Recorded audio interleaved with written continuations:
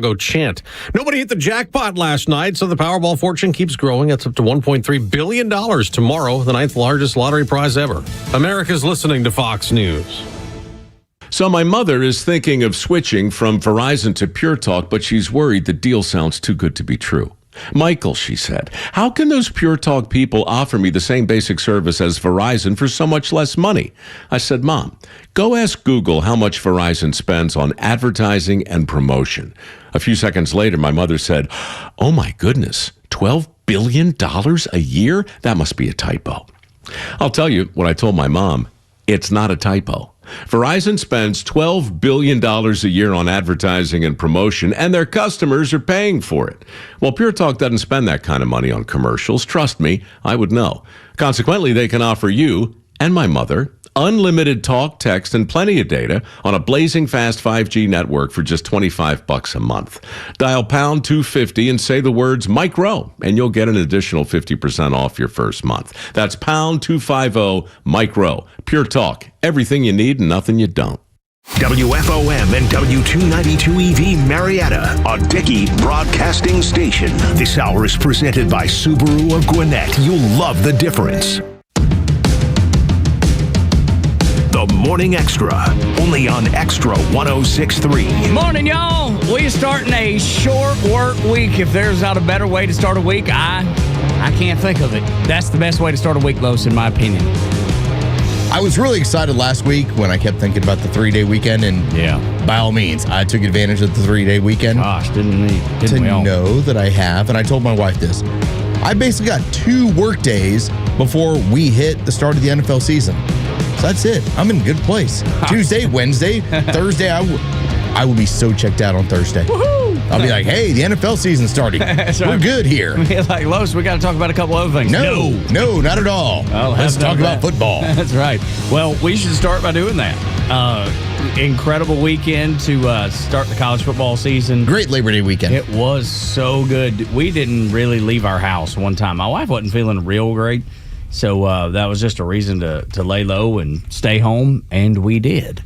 So we just watched football. We cooked and watched football, and then we cooked some more and watched football, and then we poured drinks and watched football. At least I poured drinks. It was nice that I had my neighbors that had their Georgia party, so got to meet a bunch of my neighbors.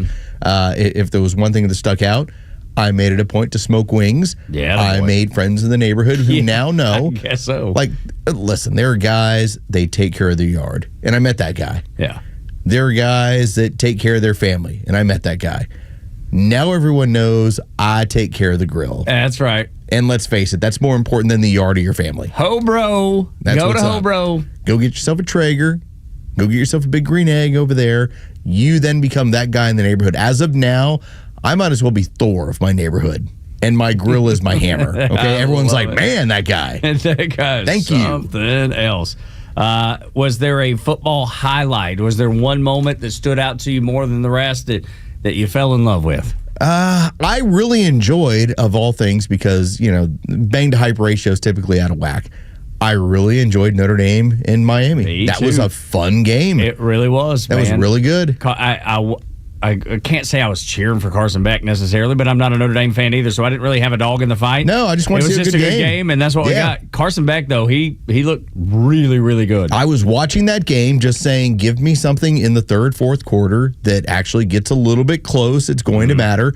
And by the time that Carson Beck drives them down for the game-winning field goal, and Notre Dame, obviously, with not a whole lot of time left on the clock, ends up getting beat 27-24. But it was fun. It was one of those, okay, I invested some time, and I got paid off. The rest of the games, I was sitting back and just saying, all right, we're going to find something out.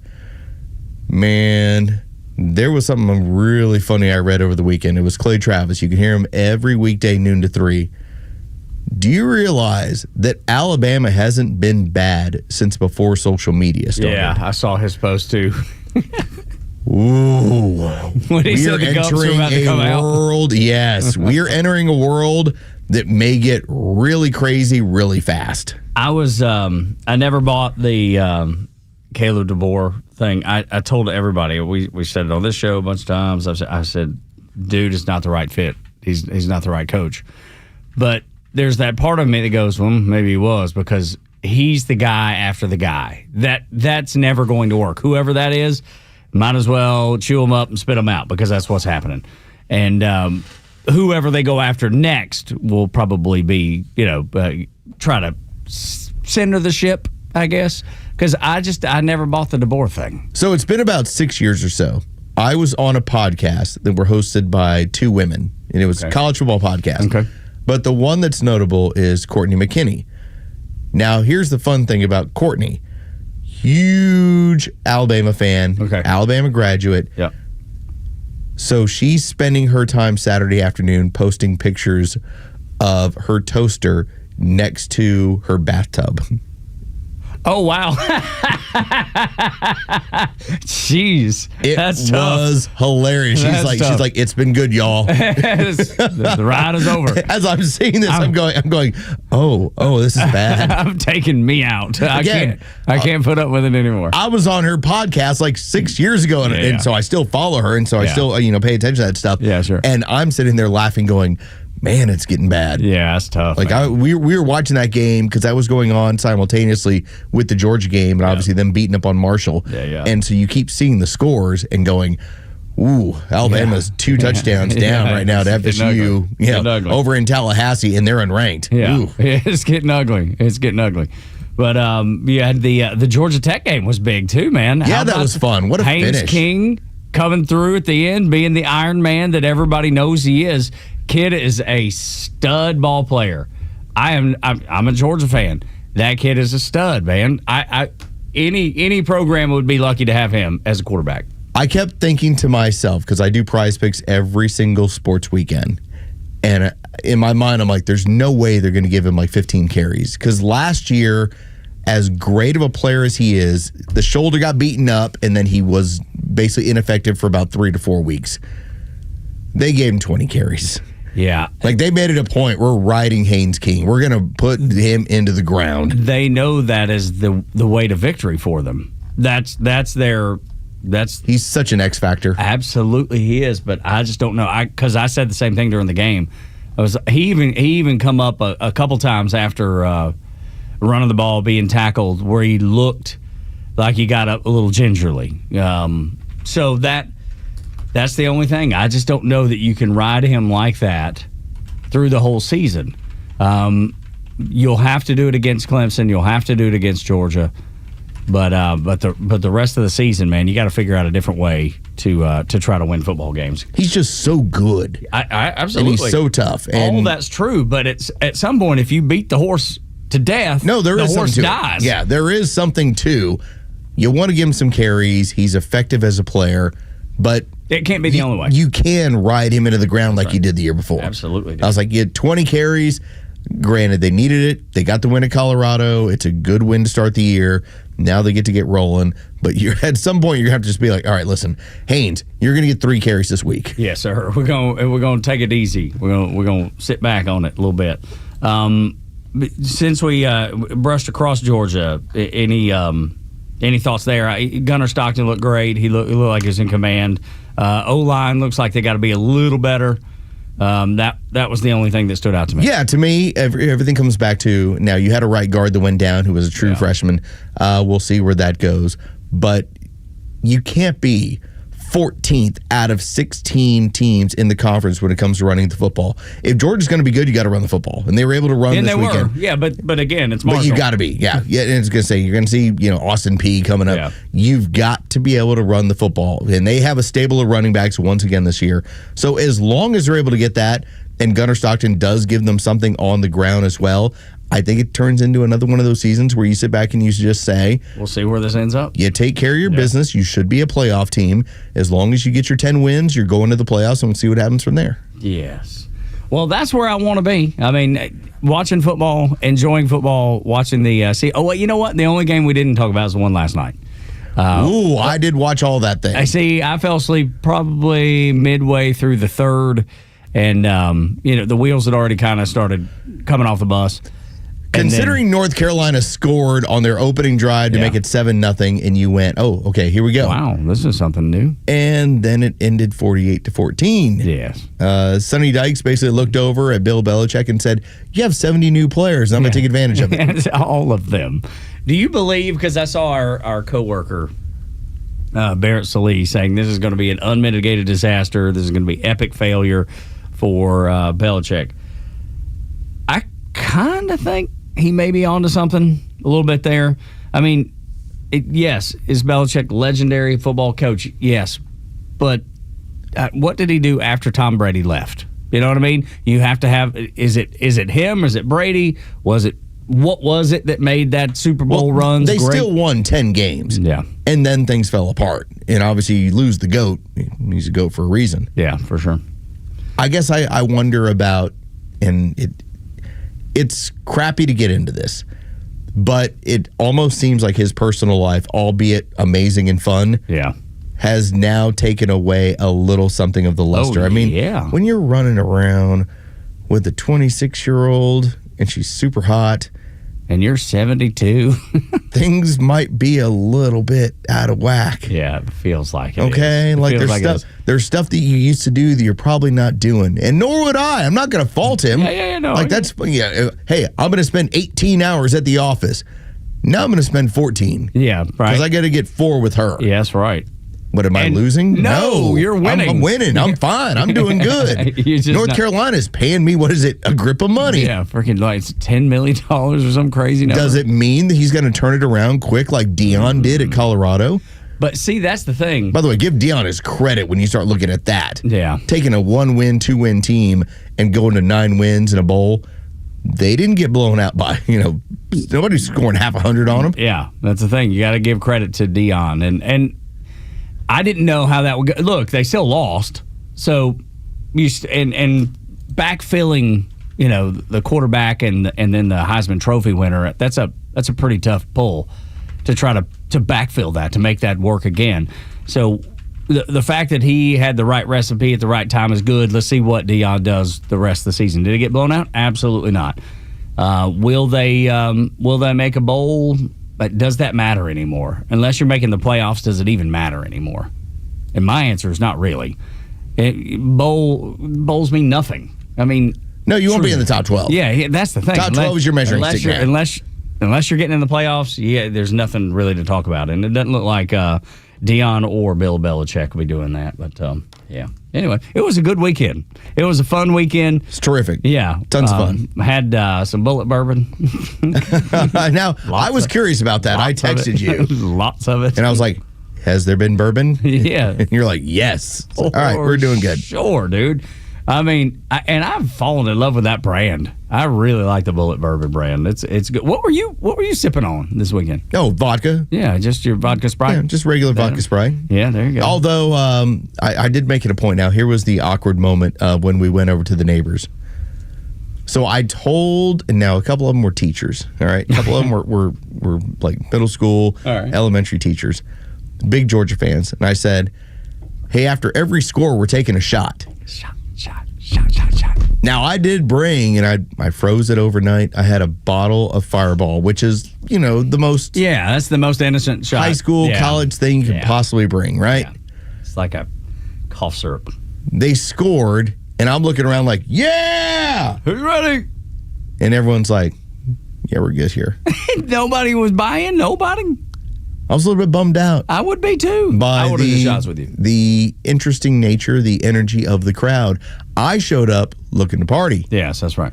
Everybody else showed up looking to kind of like, yeah, it's Labor Day weekend. Hey, I'm gonna lay low. Sweetness, football game. I was like, come on, man. Come on, y'all. And so nobody in the whole neighborhood was there to get after it? Not that way. Not that way. All right. So I've now recognized that I am now that guy in the neighborhood. That's right. You're the pusher. Who will take part in this. You're the pusher. Like, I still remember when school ended. So this was back in was it early part of May. Yeah. And I had a bunch of, maybe like 10 or 12 airline bottles of Fireball that I had in my freezer. I took them up to the pool and I started handing them to all the teachers. And I was like, thank you for your service. Here you go. And they loved it. Yeah, well, that's a winning. Now I know I'm the only person in the neighborhood who does this. Yeah, well, let me tell you, that's a good spot to be, though, because everybody's like, when Lowe's shows up, it's a good time. It's a little bit of a bummer. They don't all get down this way. I know.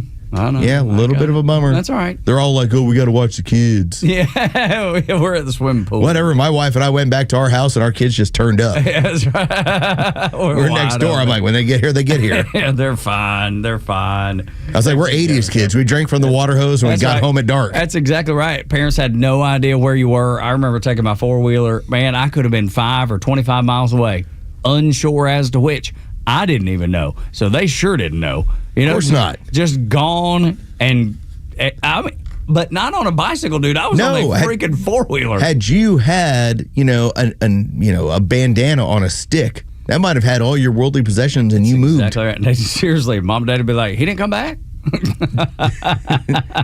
That's how it is. 80s kids, man. Dude, we just did things differently, didn't we? Gen X, we did so much differently.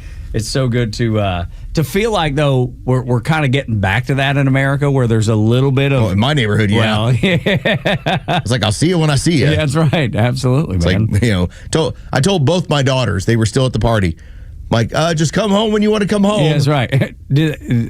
Catch a ride with those golf carts. I was like, we were next door. It's no big deal. But sure. That was the game we played. By the way, can we talk about the one issue that's going to be going on the remainder of the broadcast day through Dickey Broadcasting? Is that just the sweat factor? So our entire AC system is out. Yeah, yes. It's going to be bad around here. Yeah, it's ugly this morning. It is. It's and ugly. the morning shows are fine. Like, it's not that hot as of now. But it will be. But it's going to get there. Yeah, because it's supposed to be 80 today. So this is where I would suggest that we turn off the cameras. But you always have a big problem with social media. We got the cameras off. I'm going to take off the pullover. I'm taking off the shirt. We're broadcasting like this is a freaking sweat box. Getting down to the Pumas? That's right. I'm putting a hat over the cameras. That's right. And we're doing a show this way. That's right. Like, it's getting there. It is toasty warm in here, for sure. I don't even know why we showed up to do the show. We should have done this from home. That would have been the smart play, and it never even crossed my mind, It man. did mine. You should It have. was like 4 o'clock in the afternoon. I was like, that sounds like a really good idea. Why should I come into work if work is not an environment that is comfortable to be in? That's right. Like, we should be contacting HR at this point. Yes, let's reach out and see what they say. Something tells me. So it's hot. Knowing HR the It's way hot. I do, be tough. That's what HR will tell me. Be tough. That's her mantra for life. Be tough. I love it. That'll be filed under advisement. Yeah, that's right. 6 o'clock hours brought to you by Subaru of Gwinnett. When we come back, the Democrats are broke. I mean, absolutely broke. And I'm not sure they're fixable. Next on Extra.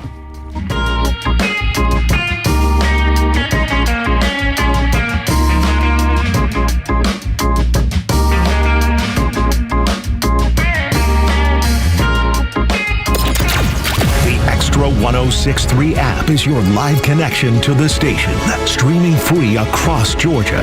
But it's also loaded with all our original shows and podcasts. Listen to exclusive shows from Janelle King, Ben Burnett, and so many more. Grab the Xtra 106.3 app now and start streaming. I tell you what, somebody here at the office needs to reach out to Chuck and his team over at Central Heating and Air Conditioning, because this morning the AC is down. When you are a client of Central, that never happens. Now, it's the building we're in. They have their own deal, or I know us here at DBC would be using Central Heating and Air Conditioning.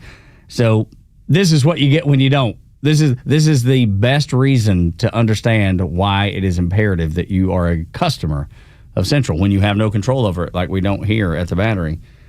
Then we just have to get what we get, and what we're getting is no AC is down, and it is toasty warm.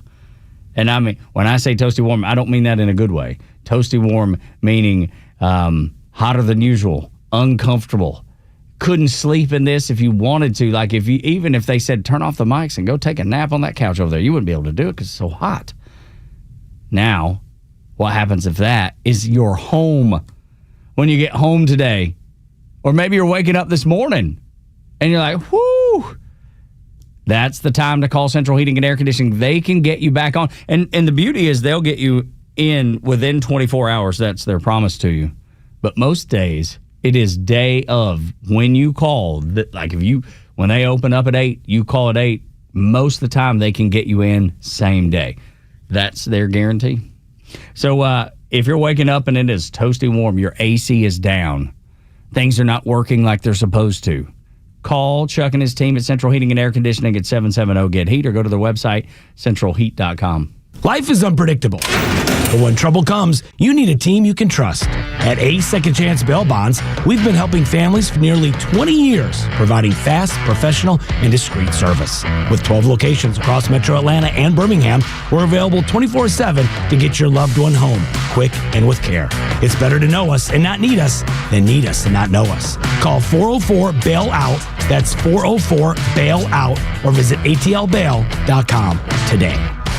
I don't serve for the recognition. I serve the flag. The red, white, and blue, that means everything to me. And when I fly it, I know it stands for something real. My name is Megan Terry, and I serve in the U.S. Army, which is why I choose Collins flags. Because every Collins American and military flag is made here in the USA, stitched with pride and built to last. And they support veterans like me because they know what these flags really mean. So if you love our service members and our country like I do, fly a flag that honors them and supports American jobs. Visit collinsflags.com today. American made, proudly waved.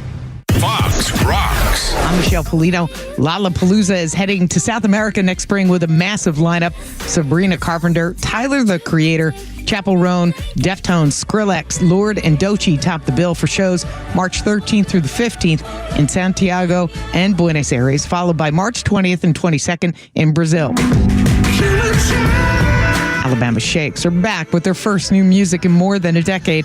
The band, now on its first tour since 2017, has released Another Life, a song they've been performing live, and the lead track from their upcoming Island Records debut, produced in Nashville with longtime collaborator Sean Everett. The release date for the full album is still under wraps. Vocalist Brittany Howard says the song explores all the lives we carry, the what-ifs, the goodbyes, the chance encounters that feel divine. The band reunited last December for a surprise set in Tuscaloosa after 8 years off the road. That's Fox Rocks on Fox News. Bullet points. I'm Evan Brown. You might be able to carry in more places throughout Tennessee. A federal appeals panel ruled last week that a key phrase in Tennessee gun law, written as the intent to go armed, is unconstitutional. What does going armed mean?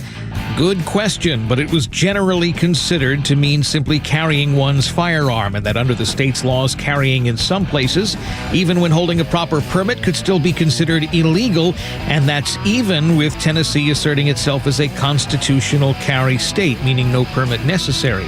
Often the going armed provision was applied to public spaces such as parks, and the law as written required someone to use their permitted status as a legal defense for carrying in those public spaces. Gun Owners of America and other groups and individuals sued to overturn it. Now it's expected to be a fully legal thing in Tennessee to be carrying.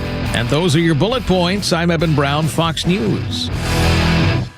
The stories that matter to you. These are your Georgia headlines. Here are your Georgia headlines for Tuesday, September 2nd. The GBI and FBI are investigating a series of hoax calls that reported active shooters at Georgia universities. False reports were called in on Friday night for both the University of Georgia and Clark Atlanta. False calls about campus shooters were widespread across the country last week. Authorities warned that the penalty for false reports is a $500 fine and up to 12 months in jail. Governor Kemp has suspended Cobb County Superior Court Clerk Connie Taylor from her post until a criminal case against her is resolved. Taylor was indicted last month on charges of record destruction and violating her oath of office. The charges stem from her allegedly keeping fees related to passport processing that should have gone to the county. And one of Atlanta's finest was honored for his bravery. Officer Lamar Jacobs was awarded the 2024 National Law Enforcement Officer of the Year award for his actions that stopped a shooter in June of 2024. Today's weather mostly sunny with temperatures topping out at 80 degrees. With your headlines, I'm Jerry Payne for Extra 106.3. The Democrat Party, unfortunately for them, they are broke. You ever seen that little, it was like a little that video that somebody shared on social media? It was a kid. They were doing the homework, and they said, Jamal has a quarter, when they do the math problem, And the little boy was like, Jamal's broke. And it was just funny, and I don't do it any justice, but that's what I can always flash back to. Anytime I hear somebody's broke, I hear that little kid, and he just laughs. It's so funny. What's not funny is the Democrat Party, at least for them, they are broke, completely broke. Daddy Trump and Daddy Elon Musk, they took away the Democrats' lunch money. What it really comes down to, this was always what looks like a money laundering program through USAID to fund Democrat pursuits in Democrat elections. Because now that USAID is over with, we have never seen a lack of fundraising on the Democrat scale at this number. Dude. So if you just want to know, cash on hand in August, all right? Here's what the Republican National Convention has. $84.3 million. That's just cash on hand, ready to go, whatever you want to do. The Democrats are at $13 million. $13.9 million. How do the Republicans manage to have $70 million more dollars when every Republican campaign is hallmarked by they never have as much money as the Democrats? I mean, consider you had Kamala Harris with $2 billion in the war chest, yet she still lost the popular vote. Donald Trump, I think, was like at $400 million. Like, think about the ad spends that we saw during that time period where it was Kamala all the freaking time. Problem was, when people saw Kamala, they reflected to what they had most recently heard her say, and it was always something that made no sense. It was always some gibberish. It was always some word salad. So it didn't matter how much you promoted her. The fact that everybody thought of the last crazy thing they said or she said rather than what the ad was telling them to believe. They already had an idea of who she was. There's no way. It didn't matter. You could have spent $1 bazillion. It's not even a term. And you still wouldn't have won with Kamala Harris. She had nothing that people could connect to, nothing that people could relate to. If you just want to tell me about the fundraising numbers for like Donald J. Trump, President 2024, he raised about $450 million. Kamala Harris had $2 billion. $2 billion that was spent. The Democrat Party with USAID now being over, they're going to be running on credit. Dude. Jay broke. That's it. That's it, dude. I was just searching for it. That's one of my favorite skits that parents try to... Love his laugh. Dude, it's genius. Can you, for the end of the segment, we play the whole thing because it's only about 90 it's only seconds. 10 seconds. I mean, it's real quick. And you can make the argument if you choose to. All right, this either comes down to USAID is gone, they can't make money, or their policies are so bad they can't make money. It's both. I think it's actually both. They can't make money because who's going to give money to people that can't tell you what a woman is? They can't defend women. They're the great defenders of feminism. They can't defend women because they can't tell you what a woman is. Oh, if we get Act Blue too, good luck. Dude, well, that's the next, though. That's the next target. There's no doubt in my mind that they are going after Act Blue. And let me tell you, I bet if my gut is right, there will be some inaccuracies in accounting with that organization. So, yes, if they go that, what number did you say they have? 13 million? 13.9 million. It'll be less than that once Act Blue's out of the way. It'll be way less than that. It might. There's no telling what it will do to the Democrat Party. They won't be able to raise whatsoever because that's just been another one of those. Because you remember BLM? Remember at the height of BLM? Where they stole all their money? You want that too? Yeah. Yes. Corporate sponsorships. I mean, that was But do you remember money. when you clicked on the link to give to BLM? It went right to Act Blue. It didn't go to BLM. It went to Act Blue, and then they filtered the money out to whoever they wanted to. You seen any BLM food banks? And they stole it. Any parks? And there was some BLM mansions out there. Yeah, exactly. They stole your money. That's right. And they're laughing in your face as They're like, we got them. Yeah, they did. And they did. Dude, you be mad if you want to. That's what they did. They stole your money. Exactly what they did. And will continue. The Democrat Party will continue. They will continue funding stuff just like that goes right in the face of anything that you believe in and anything that you support.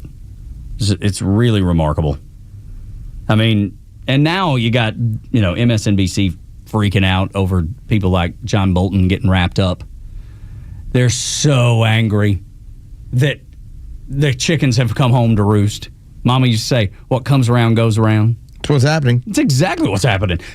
But the key that you cannot miss is it's all justified. Every bit of it is justified. They really enjoyed taking all the swings at us. And I gave you the rundown. Trump and January 6th are the easy ones. Why'd you go after the Catholic Church? Why'd you go after parents that showed up over at school boards? Why did you go after journalists that questioned the vaccine? Why did you use social media companies to go after people that were going against narratives that Joe Biden didn't care for? You turned the entire government apparatus against us at all different levels. And now that we are looking at people that have actually committed crimes and saying, it's your turn.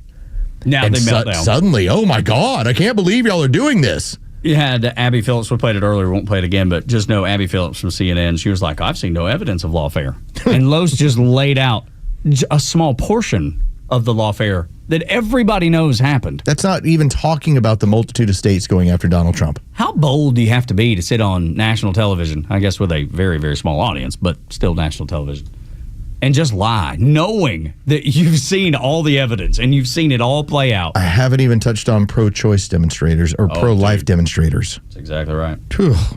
They go after them like nobody's business and arrest them for praying, 500 yards away from an abortion clinic. You're praying too close. That's right.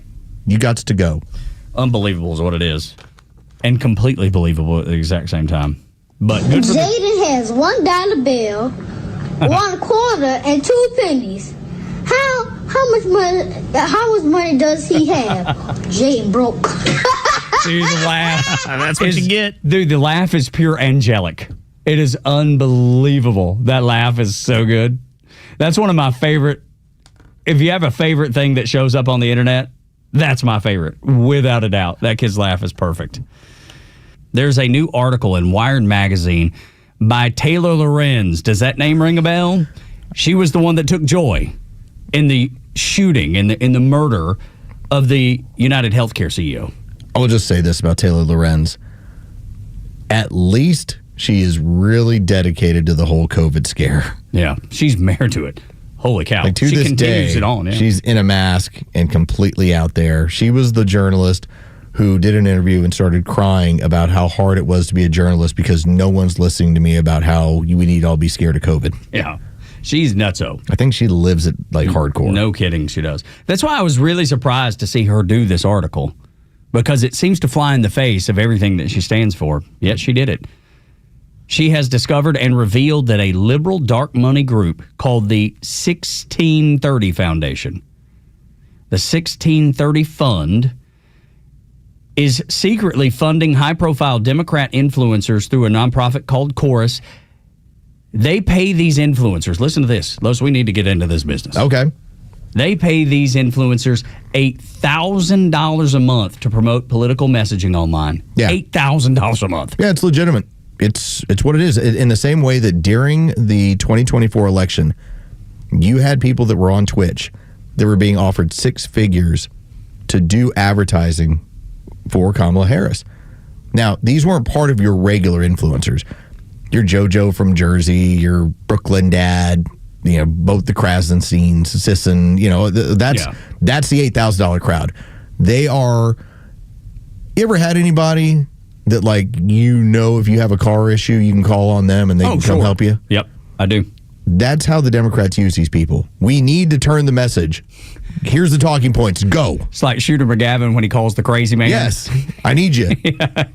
We go to the Sizzler afterwards. And they say the same things. Yeah. They just do it a little bit differently, but it's still the same messaging. In fact, I wouldn't be surprised that it's here's the variety of messaging. The problem is some of the times they all say the exact same thing. It's a dead tail giveaway. You can screenshot it and put them side by side, and it's word for word. And the reason that probably happens is these creators that are getting $8,000 a month who joined this program, the 1630 Fund, the nonprofit's Chorus, they're expected to attend regular advocacy training and daily messaging check-ins. We need to give you the messages that you're going to share. And anytime I hear advocacy, holy cow, Los, I immediately know that means Democrats speak for DEI and for the propaganda that the Democrat Party wants. Advocacy is a bad word in my book. I've given up. When I hear advocacy, I know something is wrong. There's not something good that's happening. But $8,000 a month, that's how fake, that's how manufactured all of these Democrat messages and talking points. You wonder why they say the same things. Doesn't matter which one you flip on, MSNBC, CNN, whomever. They're going to give you the same talking points. That'll come from the same perspective. That's how you know to dismiss it. And to think about how some of them have done this. Now, some of them have done this by purchasing other accounts that had a high, crazy number. So, for instance, early part of social media, as we're getting into like 2011, 2012, let's say there's an account that has 100,000 followers. Well, you offered pretty decent money to go and have at it. You then get it. You then keep growing it. But now you basically farm it out to, all right, who's paying me to push this message? It's the same way that, who was the blonde lady at Fox News where they found out a majority of her followers were fake? I'm trying to remember. She was a poor lady who had suffered from the she ended up having a brain tumor. Yeah. Anyway, and she'd worked at ESPN as well. I'm forgetting the name. Yeah. But that was part of the issue that went on with her, was that when they figured out, hey, a majority of your followers are now fake, it was a misrepresentation of her value that she could bring from social media. This is a big deal. It's worth $8,000 a month to the Democrats to have people to echo a message that might reach as many as, let's just say, 10 million, maybe 20 million. Dude, $8,000 a month? That's enticing. That's $100,000 a year for posting messages on social media. And again, it's not like there's just one of them. No, there is a grip of them. There's an army of them. And they call on them as needed. Like you said, Los, when things are going south, they're like, hey, get out there. Start pushing the message. Start pushing the message. Start pushing the message. And here's the message to push. And you must come to these daily messaging check-ins. I'm sure it's virtual. They probably check in with each other, via Teams or Skype, or I guess Skype's dead. But you know what I mean. Britt McHenry. Oh, yes. That's who it was. She had gone into the field of, I'm leaving ESPN, I'm joining this. And the social media was the part that didn't check out, which is the only reason why Tug and I have never bought 100,000 followers. I need to, though. Because clearly I've heard this for years, and I believe it to be true. I was told this a decade ago, and I believe it to be true.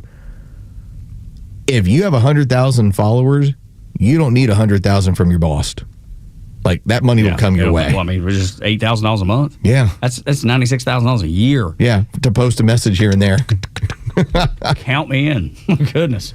It seems like easy money, and I understand why people do it. It pays the bills. But the crazy thing is, I wonder how many people, I guess the crazy question is, I wonder how many of these people actually believe in the crap that they're pushing. Right.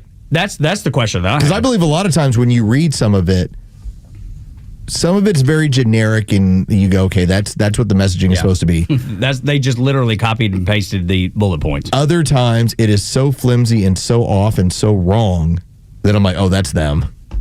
Like, oh, you totally missed it on that. Like, they think like, hey, I just scored a major one. I'm like, you're totally missing the entirety of your message. Did not hit in the way that you think it did. You know who that was for? That was for that 19%. The rest of the country's laughing at you. There's never been anybody to come into this studio and tell Los and I, hey, here's the message. Here's what you need to push out. Here's what you need to talk about. Here's what you need to say about each topic. Never one time has that happened. And it won't happen. It won't happen here at Dickey Broadcasting. That's the beauty. We have autonomy that I don't think any other media outlet has, including the ones here in town that have been around 100 years. I know they get messaging. I know they are told what they can and can't talk about. I know that. So Harry Sisson went on X as of 14 hours ago to make sure that everyone knows, I've never got any money from Chorus. How about that? Because that's how flimsy it now. Dude, when Harry Sisson's like... He's got payments from other people, but even he's like, this doesn't look good. I've never gotten money from them. You know it looks bad when Taylor Lorenz, of all people, is the one that breaks the story in Wired magazine. I mean, a crazy leftist that's still wearing masks and upset that you're not. That's how flimsy it is. We just want to point these things out to you. We just want you to know. You make your decision on what you look at, what you listen to, but know how flimsy it is, how fake it is. Tug and Los until 10 on the Morning Extra on Extra 106.3. When we come back, as much talk that you hear out of the Democrats to the left and the media, Trump's a dictator, Trump's evil, he's a Nazi, and all these things. If anyone acts like a dictator, it was Biden 3 years ago. We'll refresh your memory how next. The Morning Extra on Atlanta's only conservative news and talk station, Extra 106.3 FM. Good morning, it's Los. Let's talk about Tom, the honest car guy. First off, if you're in need of a vehicle, you've been thinking about it, you've been talking about it, go to honestcarguy.com. That's honestcarguy.com. What is Tom going to be able to do? First off, he's going to save you a ton of money, all right? Well, that's the first thing you're going to notice. What's going to happen is you're going to be able to dodge all the crazy fees that dealerships look to go ahead and charge you. Also, when it comes to your time, do you value that? I do. You're not going to spend all weekend at a dealership. You're going to give Tom a call. You're going to give him the make and model of the vehicle that you're looking for, and he's going to go to work for you. Now, if you want to be part of that process, cool, not a problem. If you don't want to be, not a problem either. Tom will go after that vehicle for you and then say, hey, here is the number that we have on this vehicle. This is what it's going to cost. You pay that, and then all you owe is the Honest Car Guy fee. That's it. That's a transaction. It is that simple. Go to honestcarguy.com. That's honestcarguy.com, or go to give him a call at 844-SHOW-ME-1. That's 844-SHOW-ME1. The latest sports news, powered by 680 The Fan, and driven to extra listeners by RBM of Atlanta in Sandy Springs, Atlanta's Mercedes-Benz connection since 1964. Good morning. Here are your sports headlines for Tuesday, September 2nd. The Atlanta Braves lost their series opener to the Chicago Cubs yesterday, 7-6 final in 10 innings in walk-off fashion. Game 2 from Chicago goes down tonight. First pitch is set for 7:40. You can hear that game on our sister station's brand new app, 680 The Fan. From college football last night, the Bill Belichick debut did not go well for North Carolina, as the 6-time Super Bowl champion lost to Texas Christian last night, 48-14. As for the NFL, Week 1 begins Thursday night as the world champion Philadelphia Eagles will host the Dallas Cowboys. With your sports headlines, I'm Carlos Medina. By texting 64000, you agree to receive recurring automated marketing messages from Real Success. Message and data rates may apply. No purchase required. Terms apply. Available at ourrealsuccess.com.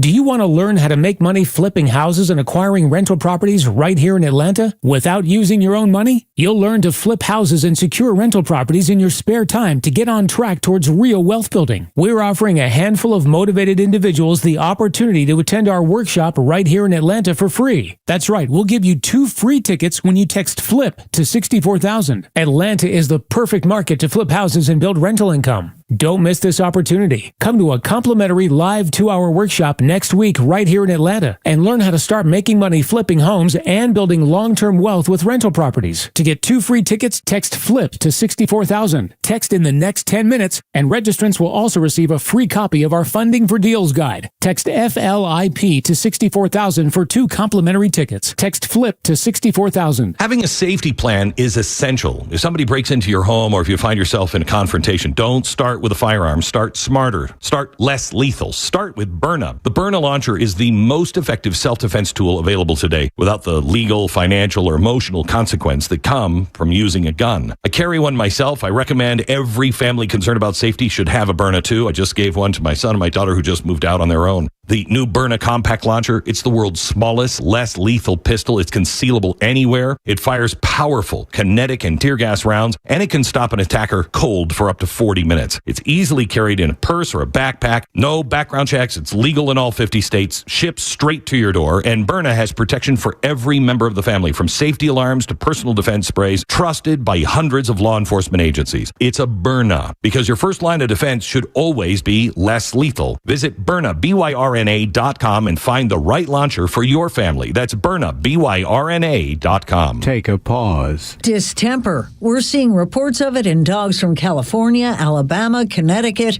and in Arizona, coyotes have been found with the disease. They were salivating, they were acting sick, they were lethargic. Some of them had some seizures. That's Dr. Ann Justice Allen of the Arizona Game and Fish Department. She says more coyotes are coming down with canine distemper because there are so many of them in urban areas. Anytime you have an increased number of animals, you're more likely to see outbreaks of any type. Coyotes and other dogs can easily pass distemper onto your dog, so vets say get your dog vaccinated against it.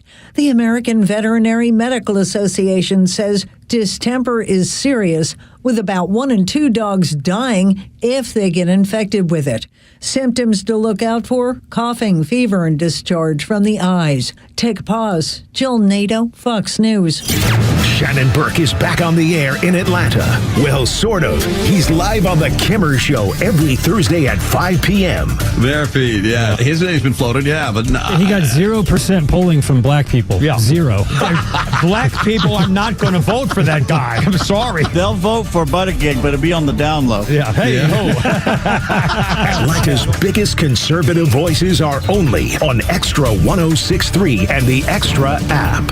Tug and Los until 10 on the Morning Extra. Thank you for being here on this Tuesday. I know it feels like a Monday. I know it's very confusing. But it's not. But it's not, and that's glorious. It's wonderful. Not only do you get a shorter work week, you also get Neil Bortz coming up in, half hour. And hopefully Neil has air conditioning wherever he is. Right, because we do not. We've actually propped all the doors in the studios. There's no telling what can be shouted. I don't think we paid our bills on this one. Some of these crazies walk down the hall that work with us. Yeah, this is problematic. I mean, I don't know who is really in charge of taking care of this, but holiday apparently weekend, it's a building thing that they're having I think it's just us. Yeah, could be. All right. Like whatever the eatery that's on the first level, they got AC. Did they? Yeah, they're good. Ah, see, that would which one? They're like cooking test hamburgers. Yes, they're freaking Shake Shack. Yeah, there you go. There you go, because they're opening down there where Wahlburgers was. Right. Yeah. They're straight. We're not. Do they have studios down there? Could we just go down there and do our show from down there? Broadcast a show from the Shake Shack Experimental Studios. Just smashing burgers down there. You have any eggs? Like, what do you got down here? Yeah, seriously, man. Tofu? You got any tofu? Any tofu? Just dice it up, chop it up. All right. Yeah, so it's a little warm. That's all right. We're going to make it through. We're going to be just fine. Everything's just fine.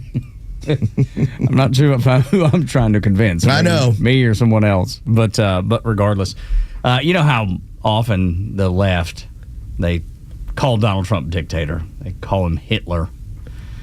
Gosh, man, if there's anybody that did that, and be thankful that Biden's gone and Kamala's faux career folded up, because Trump's never going to call half the country threats to democracy. Do you remember the frightening, unhinged speech that happened 3 years ago yesterday in Philly? It was the red ominous lights, the 2 Marines posted up in the back, and Biden screaming. We must be honest with each other and with ourselves. Too much of what's happening in our country today is not normal. Donald Trump and the MAGA Republicans represent an extremism that threatens the very foundations of our republic. Now, I want to be very clear up front. Not every Republican, not even the majority of Republicans are MAGA Republicans. Not every Republican embraces their extreme ideology. I know, because I've been able to work with these mainstream Republicans. Yeah, the ones. But there's no question. He's still lost. He got smoked. You know who did? You know who he didn't work with? The Democrats. Okay, the ones that said 25th Amendment, brother. It's time for you to get out of here. And he's like, okay. You got to go there, dopey. I've been able to work with them. Yeah. Apparently, you couldn't work with your own side. You could work with anybody, and the reason he could, if in the case that he could, even years ago, that's because they were the same people. It was the uniparty. They all agreed on the same crap. There's nobody in there that was going to stand up to the left, that culturally, in any way, and they still fall into that category. One action causes another. You can go back to Abbey Gate, August of 2021, the miserable withdrawal from Afghanistan. And what did that lead to? Well, we have to show some strength. So they decided, all of y'all are going to get the shots, which, boy, that changed a little bit yesterday. And we'll talk about that coming up on the show. Did it ever? Fast forward then 1 year later, as they're still viewed as a weak administration, then they decide, well, let's march out the Marines. Let's do these red lights. Let's look like we're ominous and tell half the country that you're the enemy. I mean, these are all related. And what it was the teacher's lounge that recognized we don't have a leader, so let's portray like we do. Yeah, let's project the strength, and let's tell everybody that says anything other than what the narrative says, that they will be shut down. They will be told, you cannot say that. You cannot do you. For that matter, during COVID, you can't go to work. We're going to select who is, what was the term?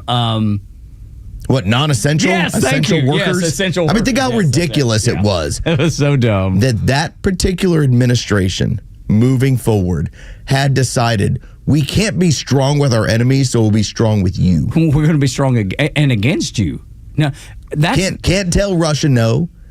Can't tell the Ukrainians no. But can't tell the Chinese no. We're going to use the full strength of the federal government against our own folks. But isn't that really what communists do? I mean, think about what Xi Jinping does in China. Anybody gets out of line, they're disappeared. They're gone. They're put under the jail. They don't get out of line. They know better. It's the worst thing that could possibly happen. If you're brave enough soul to do it, life's going to be ugly for you. But yet, Donald Trump's the dictator. Yeah, that's right. He's the one. He's the one. Listen, this is just what liberal cat ladies say. This is just what they say. And I'm like, okay, I'm here for it. In fact, every time they go to it, I know things are going well. Because they only do it when they're upset. And scream and holler. God, it's the most annoying. I don't know that there's a worse sound on earth. I'd rather hear a dog bark in the front yard endlessly all day or a child cry all day than have to listen to one liberal cat lady. Don't you understand? He's a totalitarian dictator. There's nothing worse. Okay. There is nothing worse. Okay, fine. He's a totalitarian dictator. Yeah. Except, did you not see what actually happened under the last administration? Were you not present for that? Or is it that you're just okay with it? There needs to be that one moment where when you're trying to get under these people's skin, like I've just gotten used to just agreeing with everything. Like Keanu Reeves says. He was like, if you tell me 1 + 1 is 5, okay. I don't have time to fight you. It's fine. It's like, oh yeah, you're right. It's Sky's 5. red. Whatever. Sounds great. Yeah. You're good. But there are those moments where it is now crossed a line where it turns into with liberal cat lady. That's fine. I respect your opinion. Take off them shoes. Go make a pie. Or a Sammy. What are you trying to do? And I'm like, Mike, listen, okay? Them shoes are hurting. Go make a pie. And your sandwiches are the best. And your sandwiches are truly the best. They don't taste as good when I put them together. It doesn't work. Just to be insulting. Just to point it out. It's so awful. Just to point it out a little bit. Dude, I'm telling you. Because when you go to traditional roles within a home, that's when they get really upset. Don't you know I'm a boss lady? Okay. Yeah, oh, whatever. Yeah, you are. Whatever. Okay. Whatever that means. Okay, just go get some more cat chow. And we both have that in our families. And we've had to deal with it and look over it. I had Aunt Peg tell me she was going to tell off the preacher at church. Okay, finally. My good heaven. What could the preacher at church have possibly done to set you off? And it was just something she didn't agree with. She just physically disagreed with it and was going. She told me she's going to tell him off. I'm like, at church, you're going to walk up to the man and tell him off in the middle of the church. Funny. Yeah. You're going to look like a complete crazy because he's going to handle you with kid gloves and say, ma'am, settle down. Because who's crazy? Yes, that's right. Who even thinks that? I'm going to go tell off a preacher in the middle of church. Never in my life I had ever heard it until this weekend. And my dear Aunt Peg, whom I love. But she's crazy. She's absolutely nuts. That's who I heard it from. Well, Donald Trump's a dictator. That's exactly right. And that preacher he's not right. I'm going to tell him off right here in front of everybody. I just never thought I'd hear it, but I did. CNN is even prepping its audience for a recount, the one that's coming soon. Next on Extra. Stream Atlanta's only conservative voice anywhere you go with the Extra 106.3 app. Now equipped with Apple CarPlay. That means you'll always have Extra's crystal clear HD stream right on your dashboard no matter where you are. Download the all-new Extra 106.3 app now and start streaming.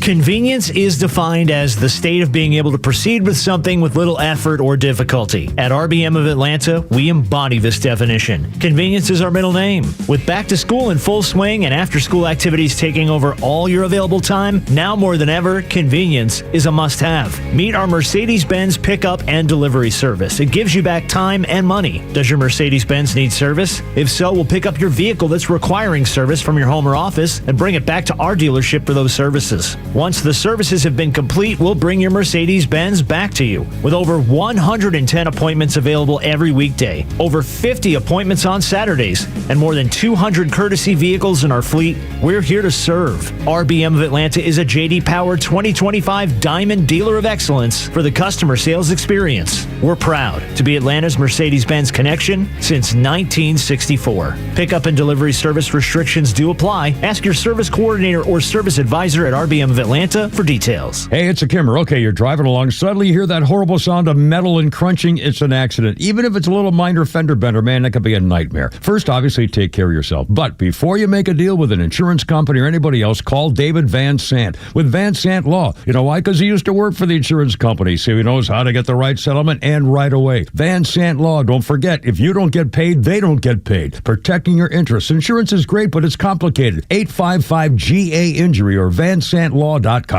Are you looking to hire? ZipRecruiter finds the best candidate for your job fast. Try ZipRecruiter for free at ZipRecruiter.com/free. ZipRecruiter.com/free.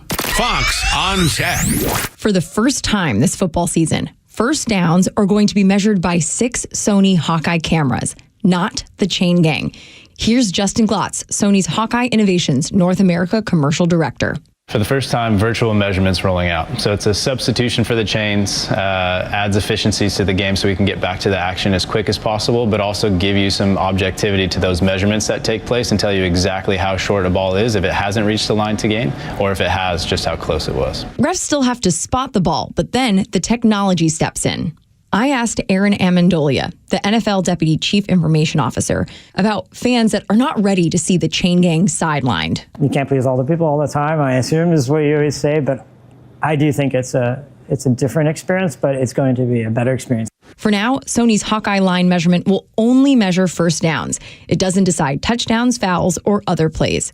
For Fox on Tech, I'm Madison Allworth, Fox Business. WFOM and W292EV Marietta, a Dickey broadcasting station. This hour is presented by Van Sant Law, vansantlaw.com. The legend Neil Bortz is only on Extra 106.3. Hey, it's Pete, and here's what you missed from the Talkmaster. A new explanation now of just why Joe Biden opened the borders. And that is because now we have these jurisdictions, New Jersey, of course, California, and what have you, that are insisting on counting illegal aliens in the census because that gives them additional representation in Congress. Catch Neil's commentary every day on Extra 106.3. Or listen anytime on the Extra 106.3 app. Trump this afternoon. And I'm Dave Anthony, Fox News. What he'll announce in his Oval Office address, we don't know yet.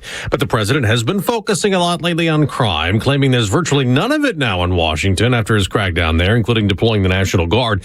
Could Chicago be next? He insists crime there is totally out of control. The president has promised the administration will act quickly if Illinois Governor J.B. Pritzker does not, quote, straighten things out in Chicago. Pritzker maintains there is no need for the National Guard because he says there is no emergency in Chicago. Pritzker adds troops cannot legally work to enforce the law in Chicago. So Chicago's Mayor Brandon Johnson has an executive order limiting how much the city's police department can work with troops and federal immigration agents. That's Fox's Madeline Rivera. The FBI says there have been about 1,600 arrests in Washington since the Trump D.C. crime crackdown, and Congress will consider extending his actions. House Speaker Mike Johnson tells Fox News the House will take up a bill related to D.C. crime in the next few weeks. We cannot allow crime to destroy our great American cities, and it begins with the nation's capital. With lawmakers returning from a month-long August recess, Congress will have little time to work with to avoid a government shutdown with a funding deadline September 30th. That's Fox's Ryan Schmelz. As Israel ramps up the war against Hamas, it's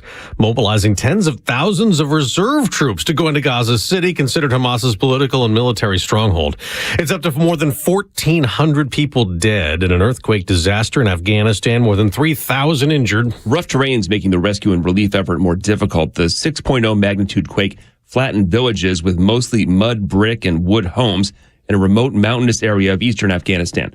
Thousands of people are injured, and the United Nations coordinator for Afghanistan expects the casualty rate to be exponentially higher than what's known so far. That's Fox's Chris Foster. In Sudan, a landslide took out an entire village, killing more than 1,000 people there. America's listening to Fox News. So my mother is thinking of switching from Verizon to Pure Talk, but she's worried the deal sounds too good to be true. Michael, she said, how can those Pure Talk people offer me the same basic service as Verizon for so much less money? I said, Mom, go ask Google how much Verizon spends on advertising and promotion. A few seconds later, my mother said, oh my goodness, $12 billion a year? That must be a typo. I'll tell you what I told my mom. It's not a typo. Verizon spends $12 billion a year on advertising and promotion, and their customers are paying for it. Well, Pure Talk doesn't spend that kind of money on commercials. Trust me, I would know. Consequently, they can offer you and my mother unlimited talk, text, and plenty of data on a blazing fast 5G network for just $25 a month.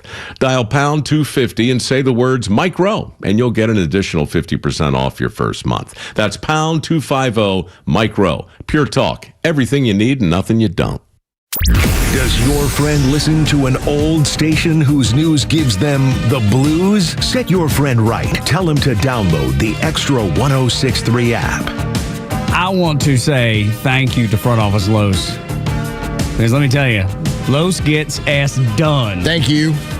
We were in here baking like rotisserie chicken, and there was a fan in an empty studio. I went looking around. Now, I was going to do some bully tactics. I was going to take it from our sister station. I was going to take it from their control room. And what were they going to say?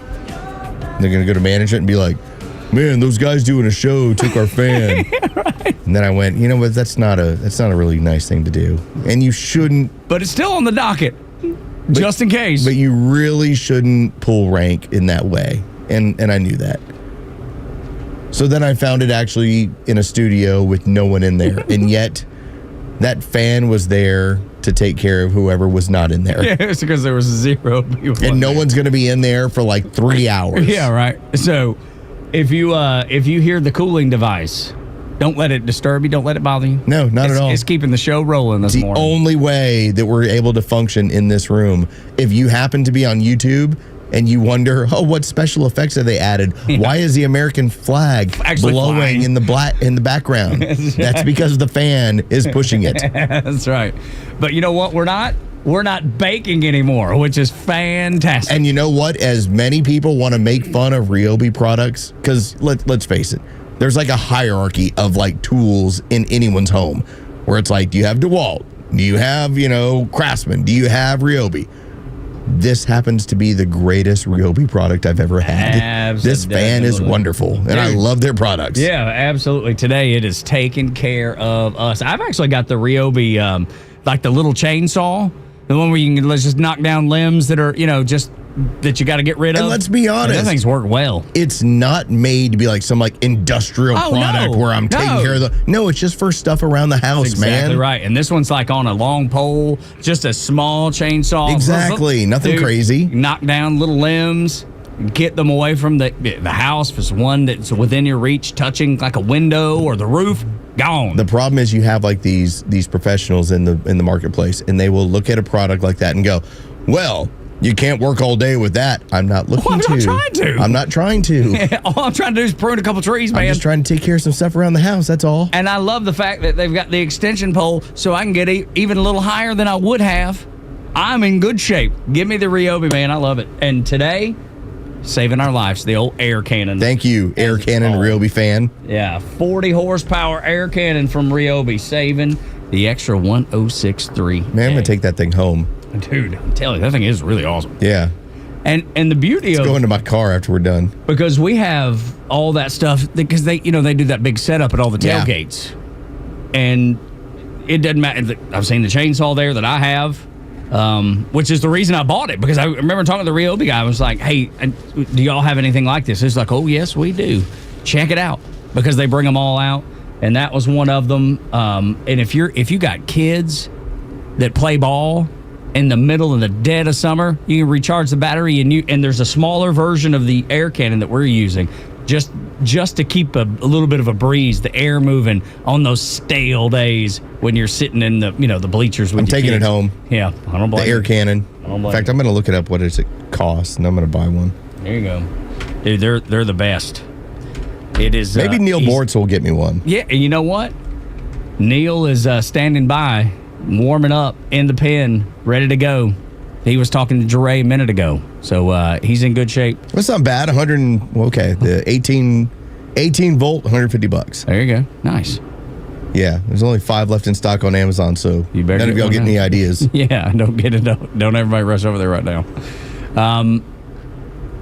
We know that the census has gone against us as conservatives for so very long. And when you start doing the addition, Los, it becomes so very clear why the Democrats wanted to flood the country.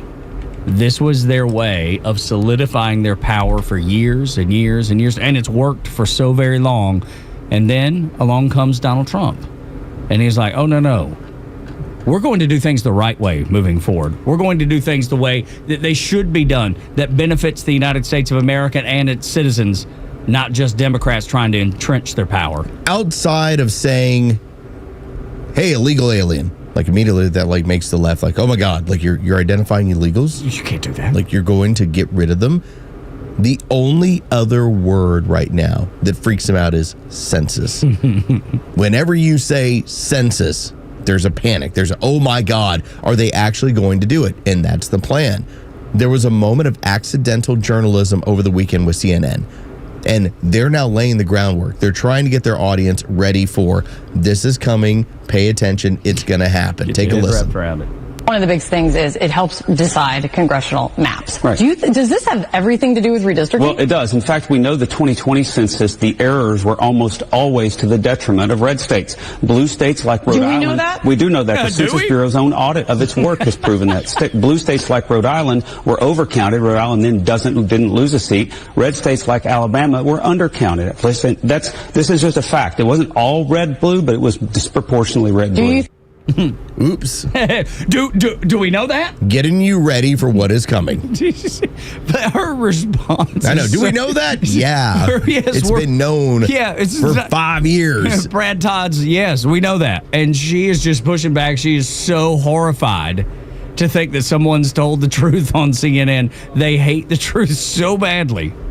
They hate the facts so badly that they have such a horrid reaction to Brad Todd saying, yes, we know this. And Donald Trump, it gets worse, ma'am. It gets worse. He's going to fix it. Do you know that's got to be the worst thing she's heard today? There's a panicky look on her face of oh, no. OS. But the beauty of it all is we get to watch it come down, and we get to watch the meltdown of Aunt Peg. And by the way, this is strictly on the federal government deciding we're doing this and we're paying for it. Yeah. It's not like you're having to figure out, because, the push has always been, well, I mean, they're going to pass those tariffs on to you. Hasn't happened. Well, we're going to have to pay for this in a certain way. Hasn't happened. In this case, if we have this kind of money that's flowing into the federal government, if they were to say it's going to cost $200 million to execute another census, it is every penny worth it. Dude, tap Scott Besson on the shoulder and be like, what was that number again that the tariffs are bringing in by the end of the year? We're coming up on $1 trillion. Trillion? What if we use $200 million to conduct a census? No worries. There's no problem there. There's still $800 million. Oh, good. Or $800 billion. Good. Let's go ahead and do it. Let's move forward with that. It's paid for. And the panic across the face of CNN and every other news outlet, because let me tell you, they are going into full spin mode when they wrap their heads around this thing coming.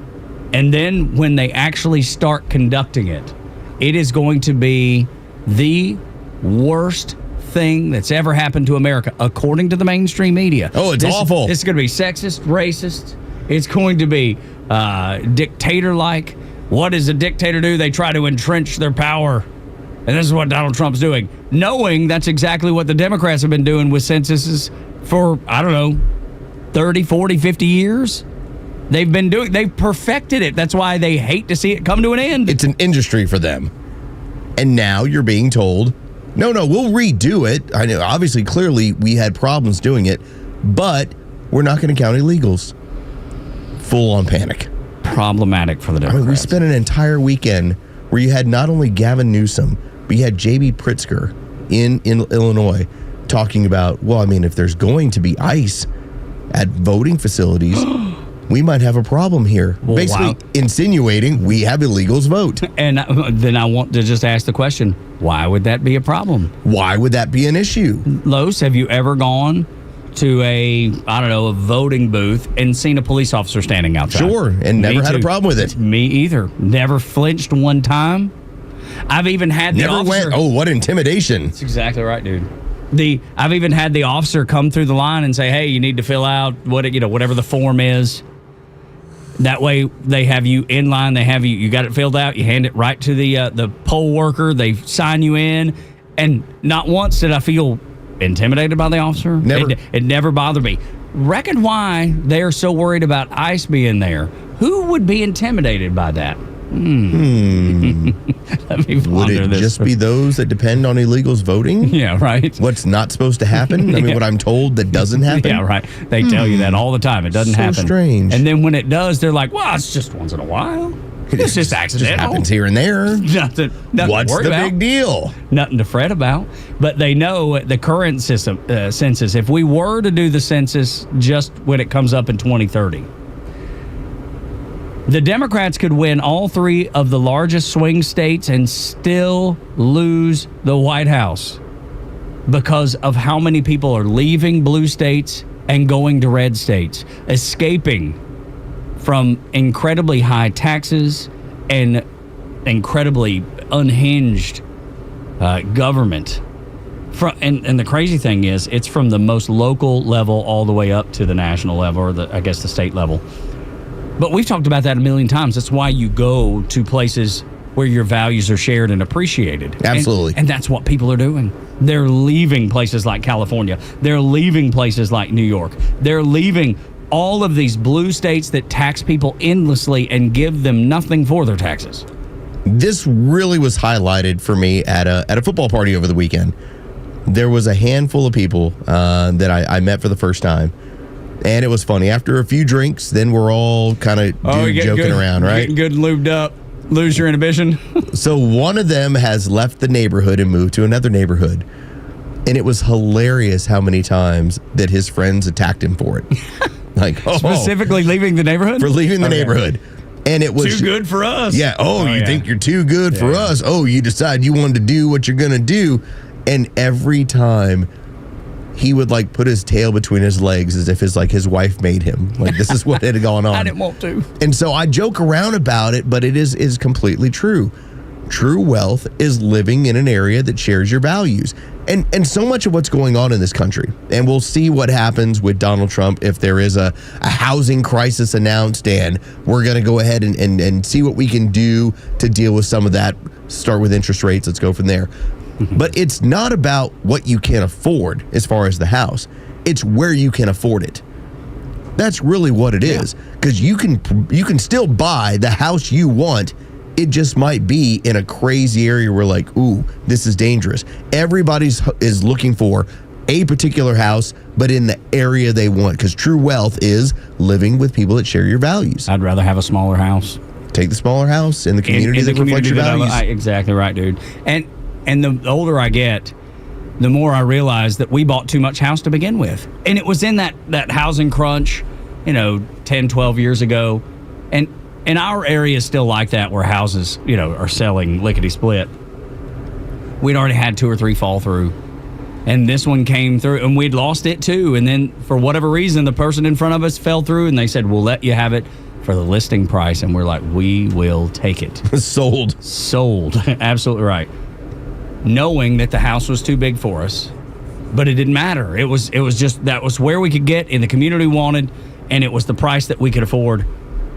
And now, looking back, it would have been smarter to wait and done us. There's only 3 of us. We have a house big enough for like 5 people. And it's just the way it fell out. But the point is, take the smaller house in the community, because that's the best place you could be. Community's everything. People that make sense, people that have common sense, and then practice that common sense. Yeah, community's everything.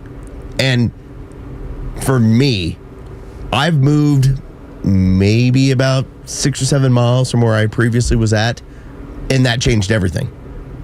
You go find that community that shares your values, and you go from there. That's it. That's all. That's wealth. That's what it comes down to. You find a community. That's it. You brought up something about interest rates, and that takes us to Lisa Cook stepping in it 3 times. Lisa. Not just once, Los. Not twice, but 3 times. It's a crazy story. Fed, governor, Lisa Cook. Lisa Cook is in deep doo-doo. Filling out 1 mortgage application, that's bad. 2, really bad. 3, man, this is real bad.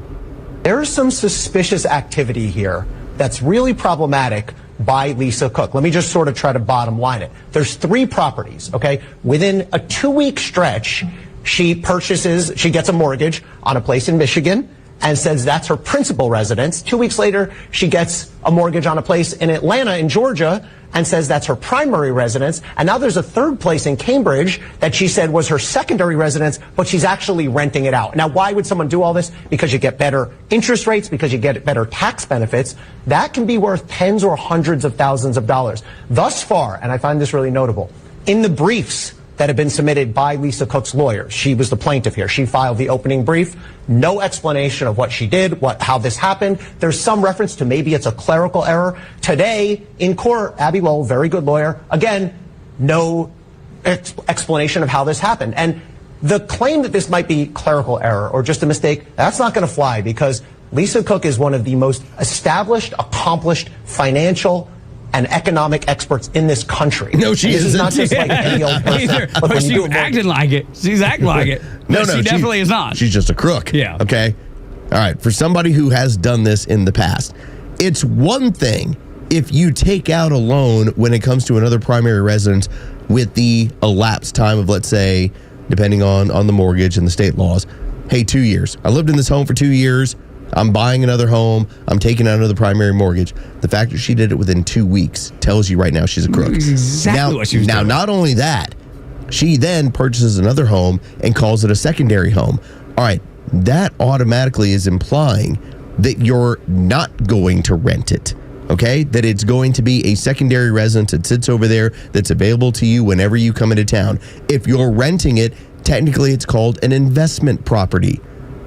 She's a crook. She knows that. She's a crook. There's no doubt. I've done all this stuff, and I did it all legal. I'm not a crook. Lisa Cook is a crook. And Lisa getting fired. The fact that they can't explain it, the fact that they never tried to explain it. That should be the biggest glaring error for the people, the prosecution and the judge sitting on this trial going, why are you not at least trying to explain why you did this wrong? Make up something. I mean, I shot myself to find the right loan when it comes to an investment property. Or, listen, here's the money I need. This is what I'm using it for. Let me find the right interest rate. The fact that she was so lazy, she was just like, I'll sign up for 2 primary loans and let me get a secondary home. You know why she was so lazy? Because she's a crook. Because she's a crook. And She's never been prosecuted before. She's never been gotten after. Nobody's investigated her. She's too high on the hog. Who's going to come down on her? And she took that and ran with it. Now, all of a sudden, she's maybe regretting it a little bit. Something tells me. When we continue on Extra 106.3, Neil Bortz, the one and only, the talk master, is only on Extra 106.3, and we welcome him to the Morning Extra.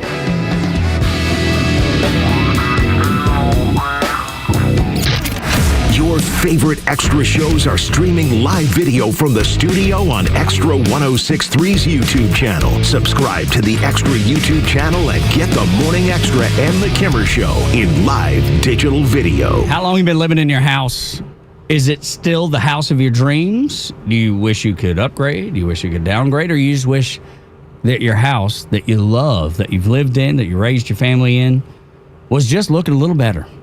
Well, if that's the case, you're in good shape, because Southern Exteriors can help you do exactly that. Make your house the apple of your eye again.